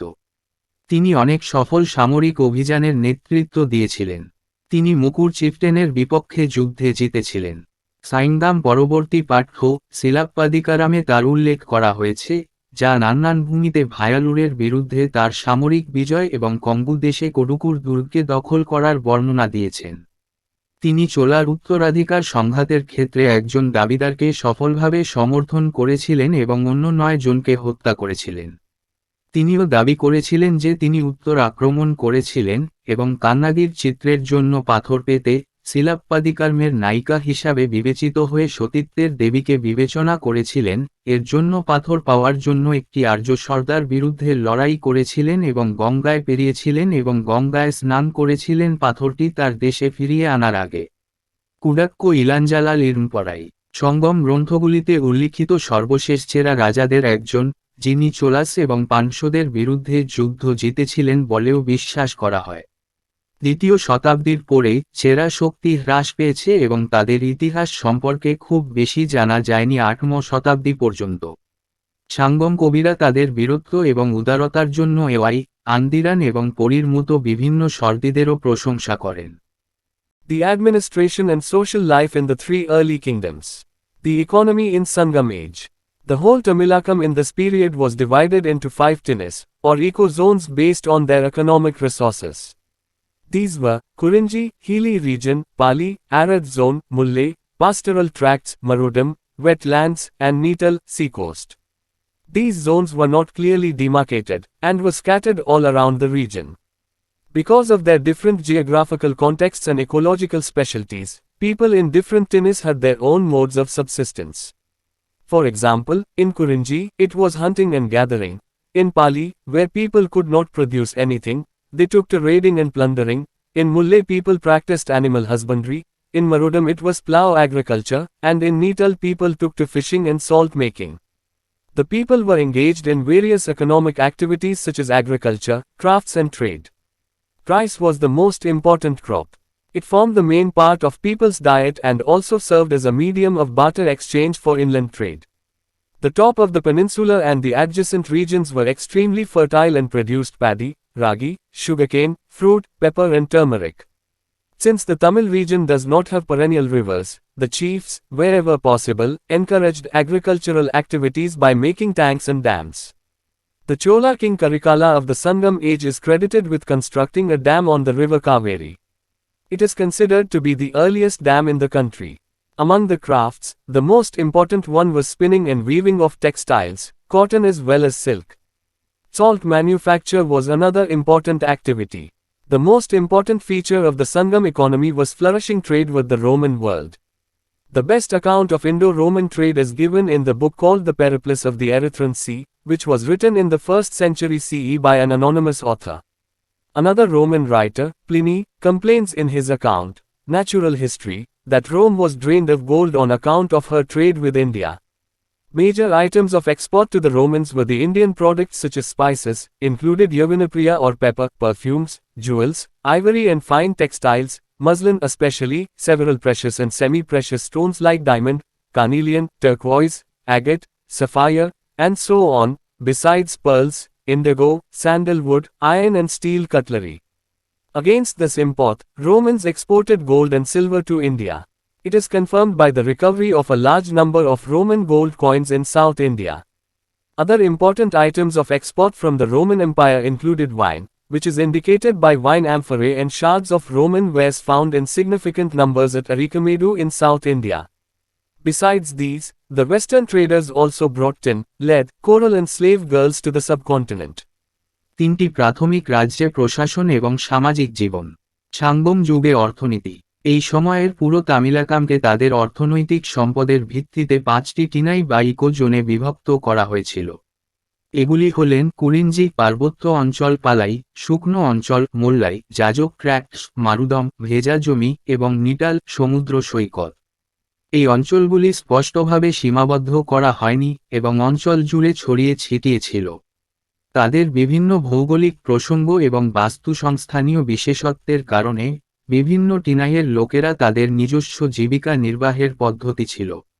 উদাহরণস্বরূপ কুরিঞ্জিতে এটি শিকার এবং জমায়েত ছিল। পালাইতে, যেখানে লোকেরা কিছু উৎপাদন করতে পারে না, তারা অভিযান ও লুণ্ঠনে নিয়েছিল। মোল্লাইয়ের লোকেরা পশুপালনের অনুশীলন করেছিল। মারুদামে এটি লাঙল কৃষিকাজ ছিল এবং নিটালের লোকেরা মাছ ধরা এবং লবণ তৈরিতে নিয়েছিল। জনগণ কৃষি, কারুশিল্প এবং বাণিজ্যের মতো বিভিন্ন অর্থনৈতিক কর্মকাণ্ডে নিযুক্ত ছিল। ভাত ছিল সবচেয়ে গুরুত্বপূর্ণ ফসল। এটি মানুষের ডায়েটের মূল অংশ গঠন করেছিল এবং অভ্যন্তরীণ বাণিজ্যের জন্য বার্টার এক্সচেঞ্জের মাধ্যম হিসাবেও কাজ করেছিল। উপদ্বীপের শীর্ষ এবং সংলগ্ন অঞ্চলগুলি অত্যন্ত উর্বর ছিল এবং প্যাডি, রাগি, আখ, ফল, মরিচ এবং হলুদ উৎপাদিত হয়েছিল। যেহেতু তামিল অঞ্চলে বহুবর্ষজীবী নদী নেই, তাই প্রধানরা যেখানেই সম্ভব ট্যাঙ্ক এবং বাঁধ তৈরি করে কৃষি কার্যক্রমকে উৎসাহিত করেছিলেন। সাঙ্গম যুগের চোলা কিং করিকালা কাভারি নদীর উপর একটি বাঁধ নির্মাণের কৃতিত্ব দেওয়া হয়। এটি দেশের প্রথম দিকের বাঁধ হিসাবে বিবেচিত হয়। কারুশিল্পের মধ্যে সবচেয়ে গুরুত্বপূর্ণটি ছিল টেক্সটাইল, তুলা, পাশাপাশি সিল্কের বুনন এবং বুনন। লবণ উৎপাদন আরেকটি গুরুত্বপূর্ণ ক্রিয়াকলাপ ছিল। সাঙ্গম অর্থনীতির সর্বাধিক গুরুত্বপূর্ণ বৈশিষ্ট্যটি ছিল রোমান বিশ্বের সাথে বাণিজ্য বিকাশ।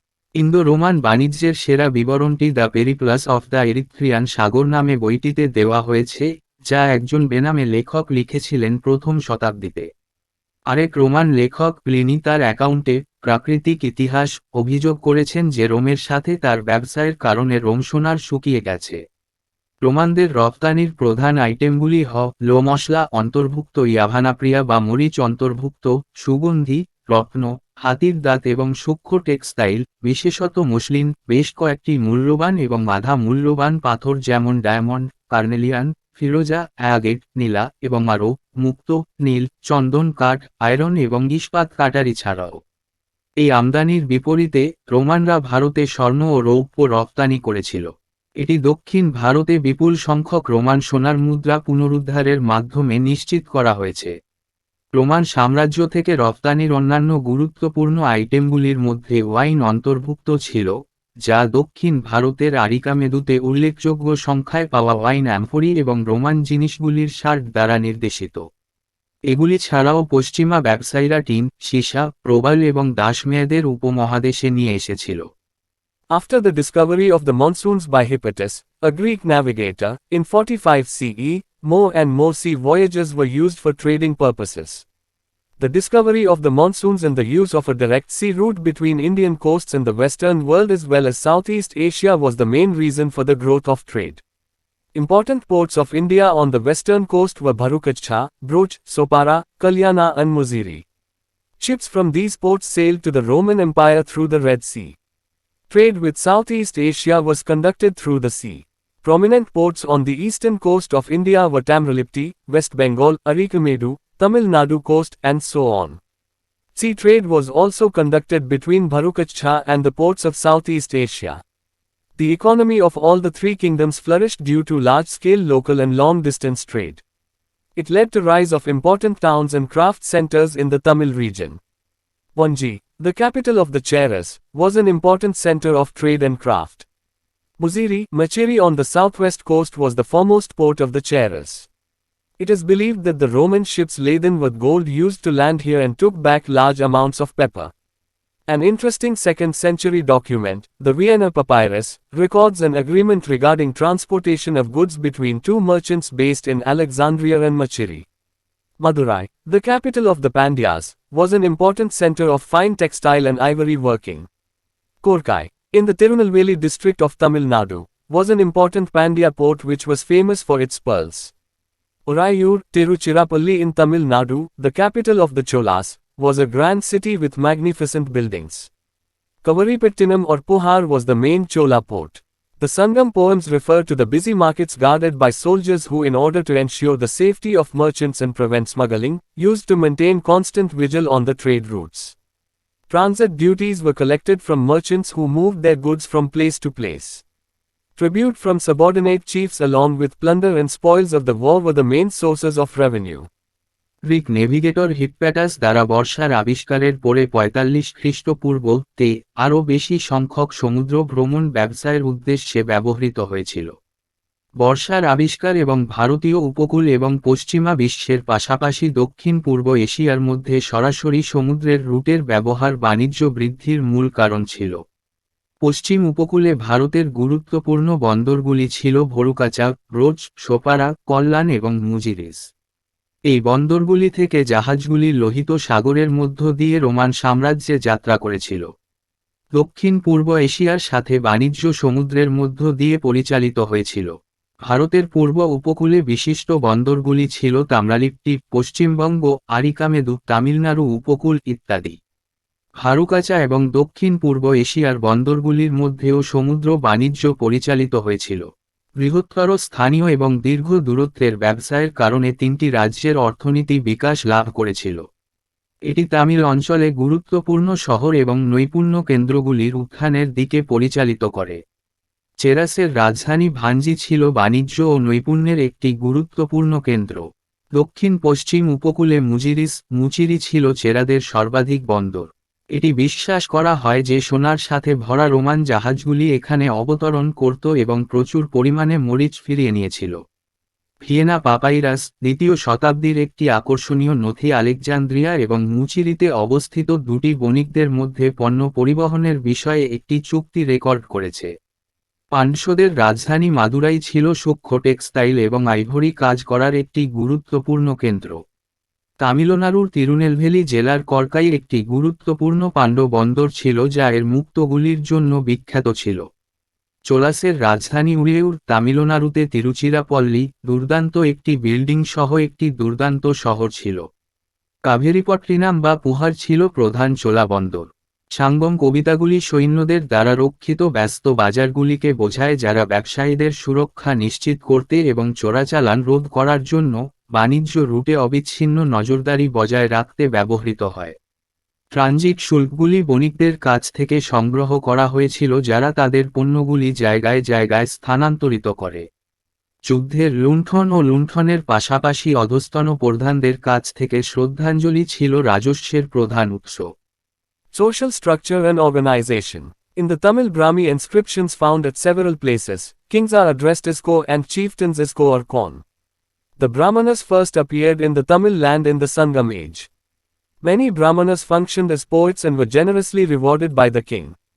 Though the concept of Varna was known, social classes in the early Sangam period were not marked by acute caste distinctions. This phenomenon appeared in later stages. For instance, Brahmanas were present in the society and they performed Vedic ceremonies and sacrifices and also acted as advisors to the chief, but they enjoyed no special privileges and also took meat and wine. The Kshatriyas and Vaishyas appear as regular Varna in the Sangam texts. The more relevant basis of stratification was Kuti, clan-based descent groups, where there was no real restriction on interdining and social interaction among the Kuti groups.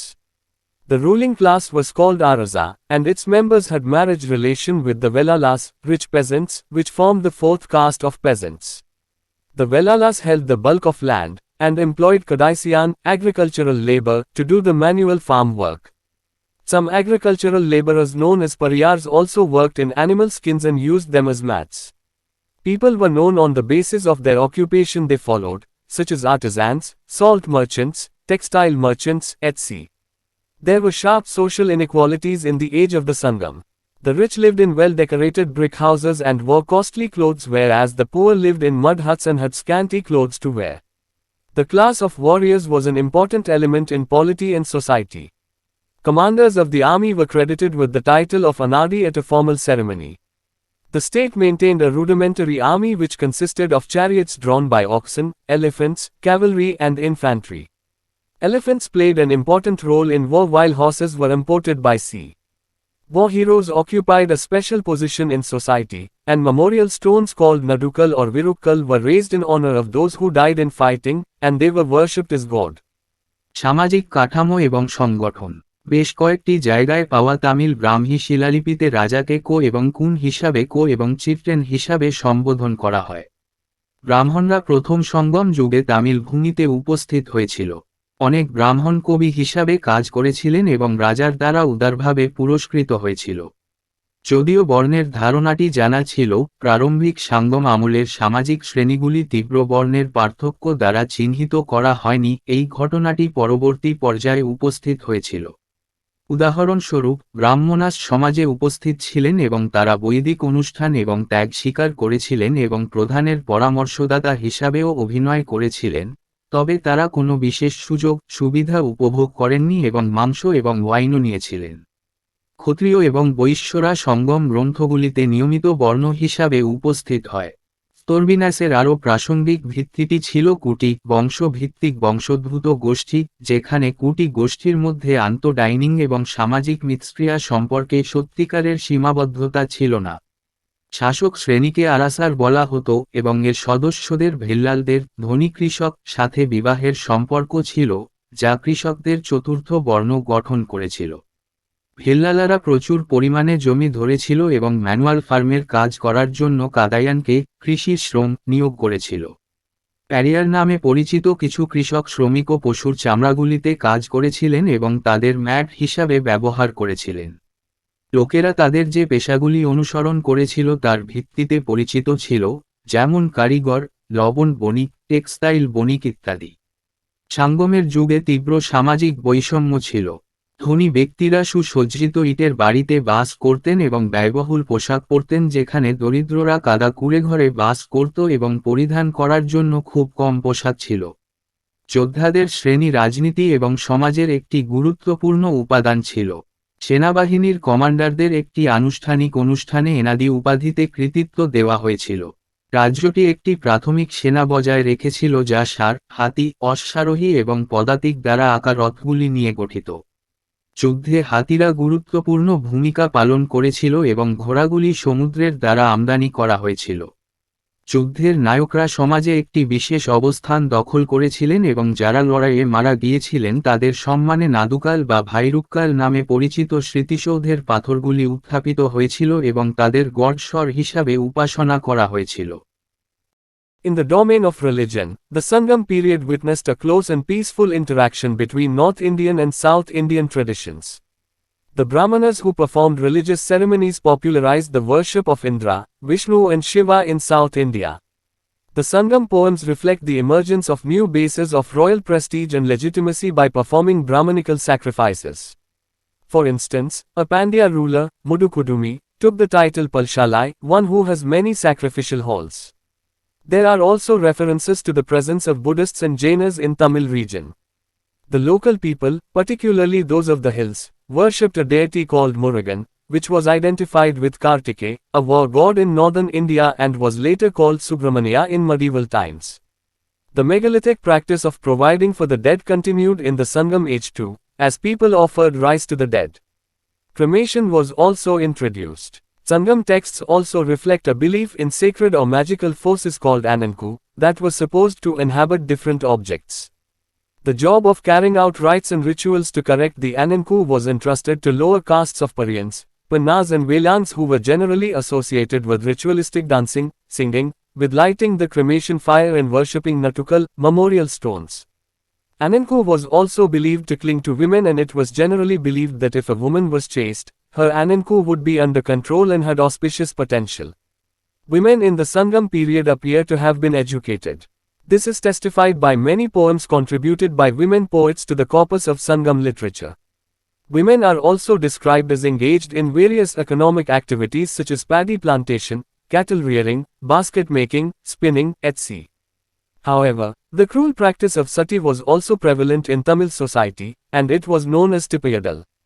But it was not obligatory, as there are references to widows present in society. However, the position of widows was miserable, as they were prohibited to decorate themselves or participate in any form of amusement. Sangam poems also mention of Chevalitai, who were like foster mothers and seem to be closely associated with family members. ধর্মের ডোমেনে সাঙ্গম সময়কালে উত্তর ভারতীয় এবং দক্ষিণ ভারতীয় traditions তীর্থের মধ্যে একটি ঘনিষ্ঠ এবং শান্তিপূর্ণ মিথস্ক্রিয়া প্রত্যক্ষ হয়েছিল। ব্রাহ্মণরা যারা ধর্মীয় অনুষ্ঠান সম্পাদন করেছিলেন তারা দক্ষিণ ভারতে ইন্দ্র, বিষ্ণু এবং শিবের উপাসনা জনপ্রিয় করেছিলেন। সাঙ্গম কবিতাগুলি ব্রাহ্মণিক ত্যাগ স্বীকার করে রাজকীয় প্রতিপত্তি ও বৈধতার নতুন ঘাঁটিগুলির উত্থানকে প্রতিফলিত করে। উদাহরণস্বরূপ, একজন পাণ্ড্য শাসক মুদুকুদুমি পালশালাই, যার অনেক ত্যাগী হল রয়েছে, উপাধি নিয়েছিলেন। তামিল অঞ্চলে বৌদ্ধ ও জৈনদের উপস্থিতির উল্লেখ রয়েছে। স্থানীয় লোকেরা, বিশেষত পাহাড়ের লোকেরা মুরুগান নামে একটি দেবতার উপাসনা করেছিল, যা উত্তর ভারতের যুদ্ধ দেবতা কার্তিকিয়ার সাথে চিহ্নিত করা হয়েছিল এবং পরে তাকে মধ্যযুগীয় সময়ে সুব্রাহ্মণিয়া বলা হয়েছিল। মৃতদের জন্য সরবরাহের মেগালিথিক অনুশীলনও সাঙ্গম যুগে অব্যাহত ছিল, কারণ লোকেরা মৃতদের কাছে চালের প্রস্তাব দিয়েছিল। শ্মশানও চালু হয়েছিল। সঙ্গম গ্রন্থগুলি আনানকু নামক পবিত্র বা জাদুকরী শক্তির প্রতি বিশ্বাসকেও প্রতিফলিত করে, যা বিভিন্ন বস্তুতে বাস করার কথা ছিল। আনঙ্কুকে সংশোধন করার জন্য আচার ও অনুষ্ঠানগুলি সম্পাদনের কাজটি পরিয়ান, পানানাস এবং ভেলানদের নিম্নবর্ণের উপর অর্পিত হয়েছিল, যারা সাধারণত আচার অনুষ্ঠানের নাচ গাওয়া, শ্মশানের আগুন জ্বালিয়ে এবং নাইটুকালকে উপাসনা করে, স্মৃতিসৌধের পাথর উপাসনা করে। আনঙ্কু মহিলাদের সাথে আঁকড়ে থাকার কথা বিশ্বাস করা হয়েছিল এবং এটি সাধারণত বিশ্বাস করা হতো যে কোনো মহিলা যদি পবিত্র হন তবে তার আনঙ্কু নিয়ন্ত্রণে থাকবে এবং তার শুভ সম্ভাবনা রয়েছে। সাঙ্গম আমলের মহিলারা শিক্ষিত ছিলেন বলে মনে হয়। এটি সাঙ্গম সাহিত্যের কর্পাসে মহিলা কবিদের দ্বারা অবদান অনেক কবিতা দ্বারা সাক্ষ্য দেওয়া হয়েছে। নারীদের বিভিন্ন অর্থনৈতিক কর্মকাণ্ডে যেমন ধানের বাগান, গবাদি পশু লালন, ঝুড়ি তৈরি, স্পিনিং ইত্যাদি জড়িত হিসাবেও বর্ণনা করা হয়, তবে সতীর নিষ্ঠুর অনুশীলনও তামিল সমাজে প্রচলিত ছিল এবং এটি টিপ্পায়দাল নামে পরিচিত ছিল। তবে এটি বাধ্যতামূলক ছিল না, কারণ সমাজে উপস্থিত বিধবাদের উল্লেখ রয়েছে। যাই হোক, বিধবাদের অবস্থান দুঃখজনক ছিল কারণ তারা নিজেকে সাজাতে বা যে কোনো বিনোদনে অংশ নিতে নিষেধ করা হয়েছিল। সাঙ্গম কবিতাগুলিতে সেভিলিটাইয়ের কথাও উল্লেখ করা হয়েছে, যারা পালিত মায়েদের মতো ছিলেন এবং তারা পরিবারের সদস্যদের সাথে ঘনিষ্ঠভাবে জড়িত বলে মনে হয়। Key terms and their meaning. Kalatika meaning is superintendent of pearl fisheries. Kanatikan meaning is chief of scribes. Nalika's meaning is reed workers. Lonakaras meaning is salt makers. Koluvanikan meaning is trader in plowshares. Kolu meaning is hard iron tip fixed to a wooden plowshare. Meaning is assembly of village elders. Emporium, a Greco-Roman term, meaning is coastal town associated with foreign trade. Patinam meaning is port. Sattavahakula meaning is family of caravan traders. Kumbhakarakula meaning is family of potters. Setikula meaning is family of merchants cum bankers. Kamarakula meaning is family of metalsmiths. Atavirakikakula meaning is family of forest guards. Thannavanijakula meaning is family of grain merchants. Panikakula meaning is family of greengrocers. Pasanakottakakula meaning is family of stone grinders. Sattavahaputta meaning is son of caravan trader. Nisadaputta meaning is son of hunter. Vaddhakiputta meaning is son of carpenter. Chelalakas, Selivadhaki meaning is stone masons. Kamara meaning is blacksmith. Gadika meaning is perfumer. Karshapana meaning is copper coin. Niyamakjata meaning is head of the sailors guild. Katikai meaning is assembly of learned persons. মূল শর্তাদি এবং তাদের অর্থ। কালাতিকা অর্থ pearl fishery superintendent. কানাতিকান অর্থ স্ক্রাইবসের প্রধান। তালাকোর অর্থ লরিড কর্মীরা। লোনাকারার অর্থ লবণ নির্মাতারা। কলুভানিকান অর্থ লাঙলগুলিতে ব্যবসায়ী। কলু অর্থ লো কাঠের প্লাউশেয়ারে স্থির লোহার টিপ। আপনার অর্থ গ্রামের প্রবীণদের সমাবেশ। অ্যাম্পোরিয়াম একটি গ্রাইকো রোমান শব্দ, অর্থ উপকূলীয় শহর বিদেশি বাণিজ্যের সাথে সম্পর্কিত। প্যাটিনাম অর্থ বন্দর। সাতথাওয়াহাকুলা অর্থ কাফেলা ব্যবসায়ীদের পরিবার। কুম্ভকাকারকুলার অর্থ কুমোরদের পরিবার। সেটথিকুলা অর্থ বণিকদের ব্যাংকারদের পরিবার। কাম্মরাকুলা অর্থ ধাতবকর্মীদের পরিবার। আতাভিরকখিকুলা অর্থ বন রক্ষীদের পরিবার। ধনবণিজকুলা অর্থ শস্য বণিকদের পরিবার। পান্নিকাকুলা অর্থ গ্রিনগ্রোসারদের পরিবার। পাসানাকোটাকাকুলা অর্থ পাথর গ্রাইন্ডারদের পরিবার। সাতথাওয়াহাপুত্রা অর্থ কাফেলা ব্যবসায়ী পুত্র। নিষাদাপুত্রা অর্থ হান্টারের পুত্র। ভাদ্দাকিপুত্রা অর্থ কার্পেন্টারের পুত্র। শাইলালাকাস সেলাবাদাকি অর্থ পাথরের রাজমিস্ত্রি। কামার অর্থ কামার। গধিকার অর্থ সুগন্ধি। করসপাল অর্থ তামার মুদ্রা। নিয়ামাকোজেথা অর্থ নাবিকের গিল্ডের প্রধান। কাটিকাই অর্থ বিদ্বান ব্যক্তিদের সমাবেশ। Crafts, trade and towns in the post-Mauryan age.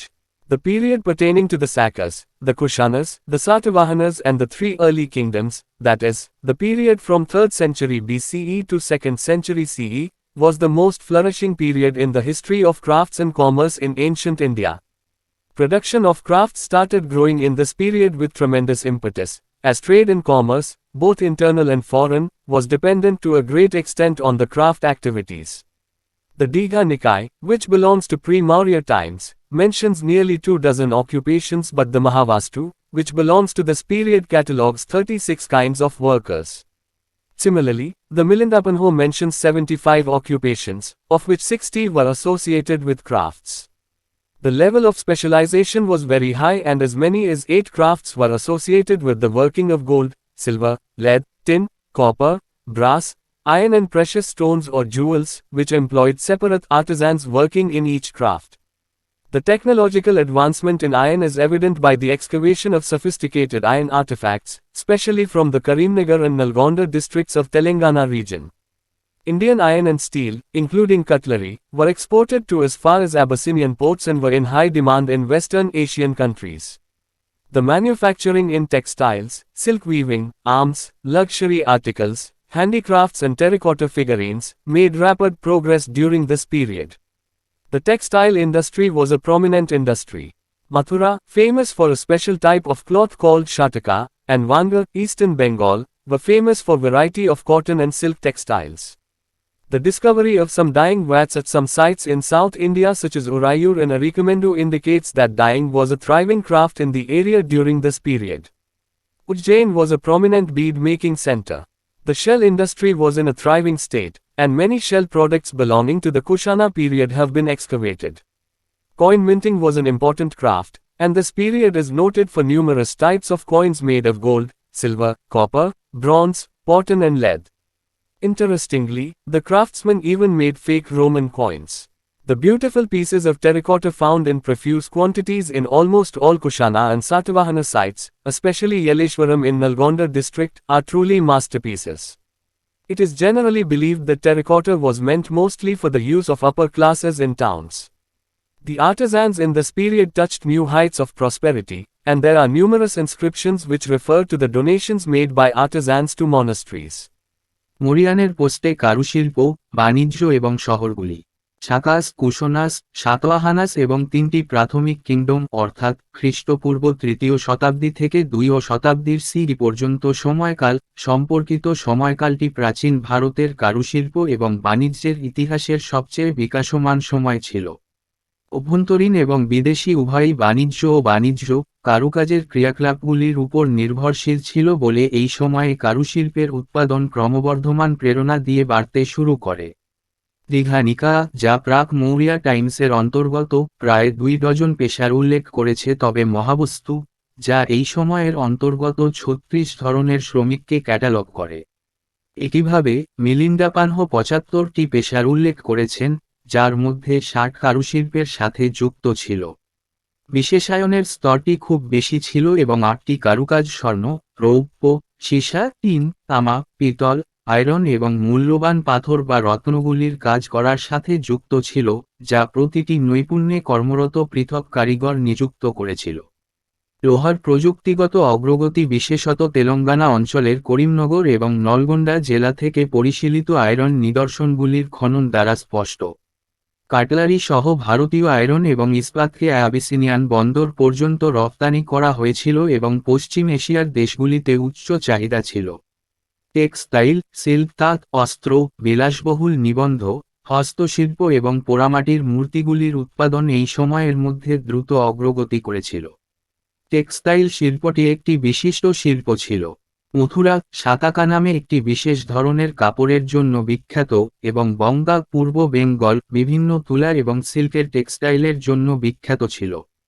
দক্ষিণ ভারতের কয়েকটি সাইটে যেমন উড়িয়ুর এবং আরিকামেন্দু কিছু রঞ্জনিত ভ্যাটগুলির আবিষ্কার ইঙ্গিত দেয় যে এই সময়ের মধ্যে রঞ্জকটি এই অঞ্চলে একটি সমৃদ্ধ নৈপুণ্য ছিল।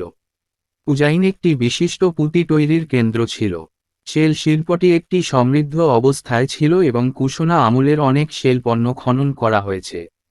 মুদ্রা মিন্টিং একটি গুরুত্বপূর্ণ নৈপুণ্য ছিল এবং এই সময়টি স্বর্ণ, রৌপ্য, তামা, ব্রোঞ্জ, পটিন এবং সীসা দিয়ে তৈরি অসংখ্য ধরনের মুদ্রার জন্য উল্লেখ করা হয়।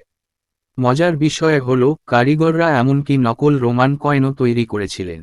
প্রায় সমস্ত কুশানা এবং সাতওয়াহানা সাইটগুলিতে বিশেষত নলগোন্ডা জেলার ইয়েলেশ্বরামে প্রচুর পরিমাণে পাওয়া টেরাকোটার সুন্দর টুকরোগুলি সত্যই মাস্টারপিস।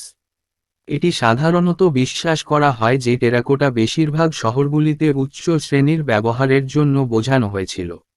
এই সময়ের কারিগররা সমৃদ্ধির নতুন উচ্চতাগুলিকে স্পর্শ করেছিল এবং এমন অনেক শিলালিপি রয়েছে যা কারিগরদের দ্বারা মঠগুলিতে অনুদান দেওয়া অনুদানকে বোঝায়।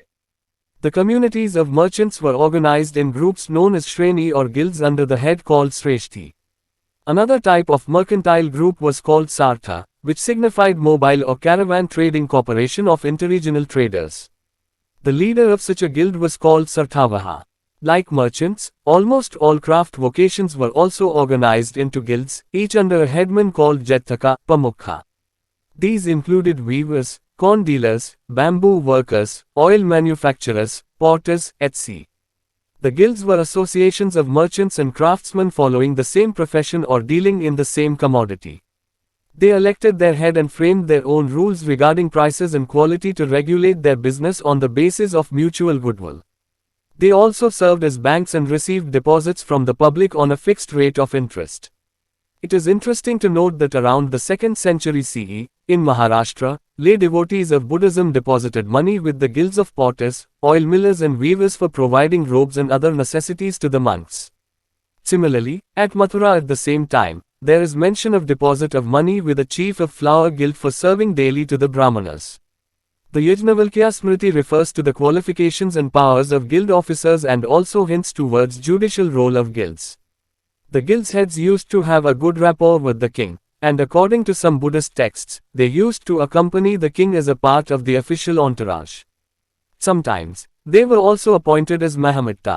Certain officials known as the Bhandagarika were appointed to keep a record of the transactions and conventions of guilds, as mentioned in the Nigrodha Jatak. These royal officers had some authority over the guilds. Some guilds also had a Shrenibala, which was some sort of a corporate organization of warriors maintained by these guilds. The importance of the guilds can be gauged by the fact that some guilds also issued coins and seals. Some coins found at Taxila have the legend Negama, while 2 copper coins found at Kaushambi bear the legend Gadikanam.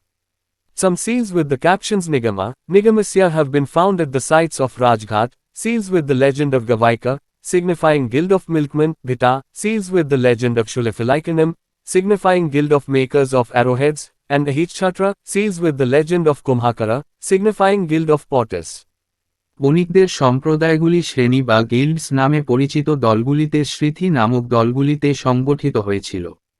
আরেক ধরনের mercantile গ্রুপকে সার্থা বলা হতো, যা আন্তদেশীয় ব্যবসায়ীদের mobile বা কাফেলা trading কর্পোরেশনকে স্বাক্ষর করেছিল। এই জাতীয় গিল্ডের নেতাকে সার্থাভাহা বলা হতো।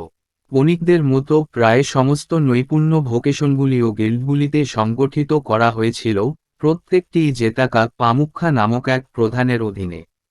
এর মধ্যে তাঁতিগুলি, কর্ণ ডিলার, বাঁশের শ্রমিক, তেল প্রস্তুতকারক, কুমোর ইত্যাদি অন্তর্ভুক্ত ছিল। গিল্ডগুলি একই পেশা অনুসরণ করে বা একই পণ্যটিতে ডিল করা বণিক এবং কারিগরদের সমিতি ছিল। তারা তাদের মাথা নির্বাচিত করেছে এবং পারস্পরিক সদিচ্ছার ভিত্তিতে তাদের ব্যবসা নিয়ন্ত্রণ করতে দাম এবং গুণমান সম্পর্কিত নিজস্ব নিয়মগুলি তৈরি করেছে। তারা ব্যাংক হিসাবেও কাজ করেছিল এবং সুদের হারে জনসাধারণের কাছ থেকে আমানত পেয়েছিল। এটি লক্ষণীয় আকর্ষণীয় যে মহারাষ্ট্রে খ্রিস্টীয় 2 শতাব্দীর আশেপাশে বৌদ্ধ ধর্মের ভক্তরা সন্ন্যাসীদের পোশাক এবং অন্যান্য প্রয়োজনীয় জিনিস সরবরাহের জন্য কুমার, তেল মিলার এবং তাঁতিদের গিল্ডের সাথে অর্থ জমা করেছিলেন। একইভাবে একই সময়ে মথুরায় ব্রাহ্মণদের কাছে প্রতিদিন পরিবেশন করার জন্য আটা গিল্ডের একজন চিফের সাথে অর্থ জমা দেওয়ার উল্লেখ রয়েছে। ইয়াজনভালক্কাস মরিটি গিল্ড অফিসারদের যোগ্যতা এবং ক্ষমতা বোঝায় এবং গিল্ডসের বিচারক ভূমিকার দিকে ইঙ্গিত দেয়। গিল্ডসের প্রধানরা রাজার সাথে ভালো সম্পর্ক স্থাপন করতেন এবং কিছু বৌদ্ধ গ্রন্থের মতে তারা সরকারি কর্মচারীদের অংশ হিসাবে রাজার সাথে থাকতেন। কখনো কখনো তারা মহামত্ত হিসাবেও নিযুক্ত হতো। তীব্রদ জাতাকায় উল্লিখিত হিসাবে গিল্ডদের লেনদেন এবং সম্মেলনের রেকর্ড রাখতে ভান্ডাগরিকা নামে পরিচিত কিছু কর্মকর্তাকে নিয়োগ করা হয়েছিল।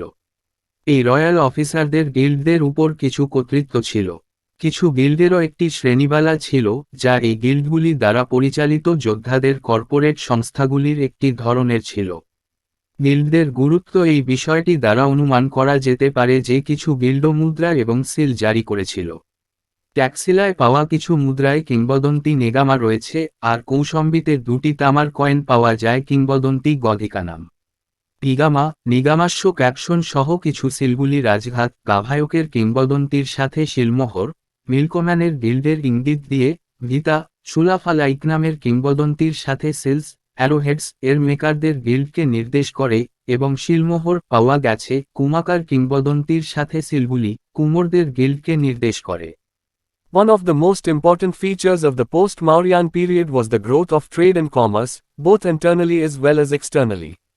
As we have discussed earlier, there were two major internal land routes in ancient India, Uttarapatha, which connected northern and eastern parts of India with the northwestern fringes, and Dakshinapatha, which connected peninsular India with the western and northern parts of India.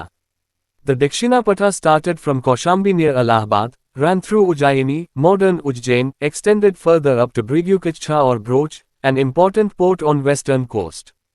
The Dakshinapatha was further connected with Pratisthana, modern Pathan, the capital of the Satavahanas. We have already discussed about the flourishing trade and the different items of import and export of the three early southern kingdoms with Rome and Southeast Asia. Interestingly, in addition to the articles directly supplied by India, certain articles were brought to India from China and Central Asia and then sent to the eastern part of the Roman Empire. For instance, earlier silk was directly sent from China to the Roman Empire through the famous Silk Route, but after the annexation of Iran by Parthians, silk was diverted to the western Indian ports through the northwestern part of the subcontinent, and sometimes it was also transported via the east coast to west coast of the subcontinent. Thus, the period 200 BCE to 300 CE was marked by urban prosperity all over India. More is known about the urban centers than the villages of this period. মাউরিয়ান পরবর্তী সময়ের অন্যতম গুরুত্বপূর্ণ বৈশিষ্ট্য হল অভ্যন্তরীণ পাশাপাশি বাহ্যিকভাবে উভয়ই বাণিজ্য ও বাণিজ্যের বৃদ্ধি। যেমনটি আমরা আগে আলোচনা করেছি, প্রাচীন ভারতে দুটি প্রধান অভ্যন্তরীণ স্থল রুট ছিল, উত্তরাপাত, যা ভারতের উত্তর ও পূর্ব অংশগুলিকে উত্তর পশ্চিম প্রান্তের সাথে সংযুক্ত করেছিল, এবং দক্ষিণ পশ্চিমাঞ্চলীয় ভারতকে ভারতের পশ্চিমা ও উত্তর অংশের সাথে সংযুক্ত করে দক্ষিণপথা ছিল। আল্লাহাবাদের নিকটবর্তী কৌশম্বি থেকে শুরু হওয়া দক্ষিণপথা উজ্জায়িনী, আধুনিক উজ্জয়িন দিয়ে দৌড়ে গিয়েছিল পশ্চিম উপকূলের একটি গুরুত্বপূর্ণ বন্দর ভরিগুকাজ বা ব্রোচ পর্যন্ত আরও প্রসারিত হয়েছিল। দক্ষিণপথা আরোটাথানা, আধুনিক পাইথান এর সাথে সত্তাভাহানদের রাজধানী আরও যুক্ত ছিলেন। আমরা ইতিমধ্যে রোম এবং দক্ষিণ পূর্ব এশিয়ার সাথে তিনটি প্রাথমিক রাজ্যের আমদানি ও রপ্তানির বিভিন্ন আইটেম সম্পর্কে আলোচনা করেছি। মজার বিষয় হল, সরাসরি ভারত দ্বারা সরবরাহিত নিবন্ধগুলি ছাড়াও নির্দিষ্ট নিবন্ধগুলি চীন এবং মধ্য এশিয়া থেকে ভারতে আনা হয়েছিল এবং তারপরে রোমান সাম্রাজ্যের পূর্ব অংশে প্রেরণ করা হয়েছিল। উদাহরণস্বরূপ পূর্বের সিল্ককে সরাসরি বিখ্যাত সিল্ক রুটের মাধ্যমে চীন থেকে রোমান সাম্রাজ্যে প্রেরণ করা হয়েছিল, তবে পার্থিয়ানদের দ্বারা ইরান সংযুক্ত হওয়ার পরে সিল্ককে উপমহাদেশের উত্তর পশ্চিমাংশের মধ্য দিয়ে পশ্চিম ভারতীয় বন্দরগুলিতে ডাইভার্ট করা হয়েছিল এবং কখনো কখনো এটি ছিল পূর্ব উপকূলের মধ্য দিয়ে উপমহাদেশের পশ্চিম উপকূলে স্থানান্তরিত। সুতরাং খ্রিস্টপূর্ব 200 থেকে 300 খ্রিস্টাব্দ পুরো ভারত জুড়ে নগর সমৃদ্ধি দ্বারা চিহ্নিত করা হয়েছিল। এই সময়ের গ্রামগুলির চেয়ে নগর কেন্দ্রগুলি সম্পর্কে আরও বেশি পরিচিত। এখানেই এই চ্যাপ্টারটি শেষ করলাম। পরবর্তী ভিডিওতে আমরা পরের চ্যাপ্টার পড়ব।